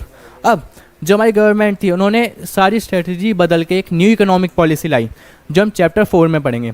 I hope आप सभी को ये चैप्टर समझ आ गया होगा। इस चैप्टर में हमने क्या कवर करा, फॉरेन ट्रेड कवर करा। हम अपने नेक्स्ट चैप्टर में इसका आगे का पढ़ेंगे। जो हमारी सरकार थी न्यू इकोनॉमिक पॉलिसी लाई थी इन्होंने, जो हम लाइसेंस हो गया, परमिट राज हो गया, इन सबको कैसे बदला। आई होप आप सभी को वीडियो समझ आ गई होगी। हमने इसमें अपना फॉरेन ट्रेड कवर कर लिया टॉपिक। ये हमारा चैप्टर यहाँ पे ख़त्म हो चुका है। हम अपने नेक्स्ट चैप्टर में पढ़ेंगे कि जो हमारी गवर्नमेंट है वो एक न्यू इकोनॉमिक पॉलिसी लाई थी जिसे हम क्या बोलते हैं, NEP। अगर आपको मेरी वीडियो समझ आई हो तो हमारे चैनल SD क्लासेस को सब्सक्राइब करें, जिससे ज़्यादा से ज़्यादा शेयर करें। अगर आपको इस चैप्टर में कुछ भी डाउट हो तो हमारे कमेंट बॉक्स में आप हमसे कभी भी पूछ सकते हैं। Bye guys.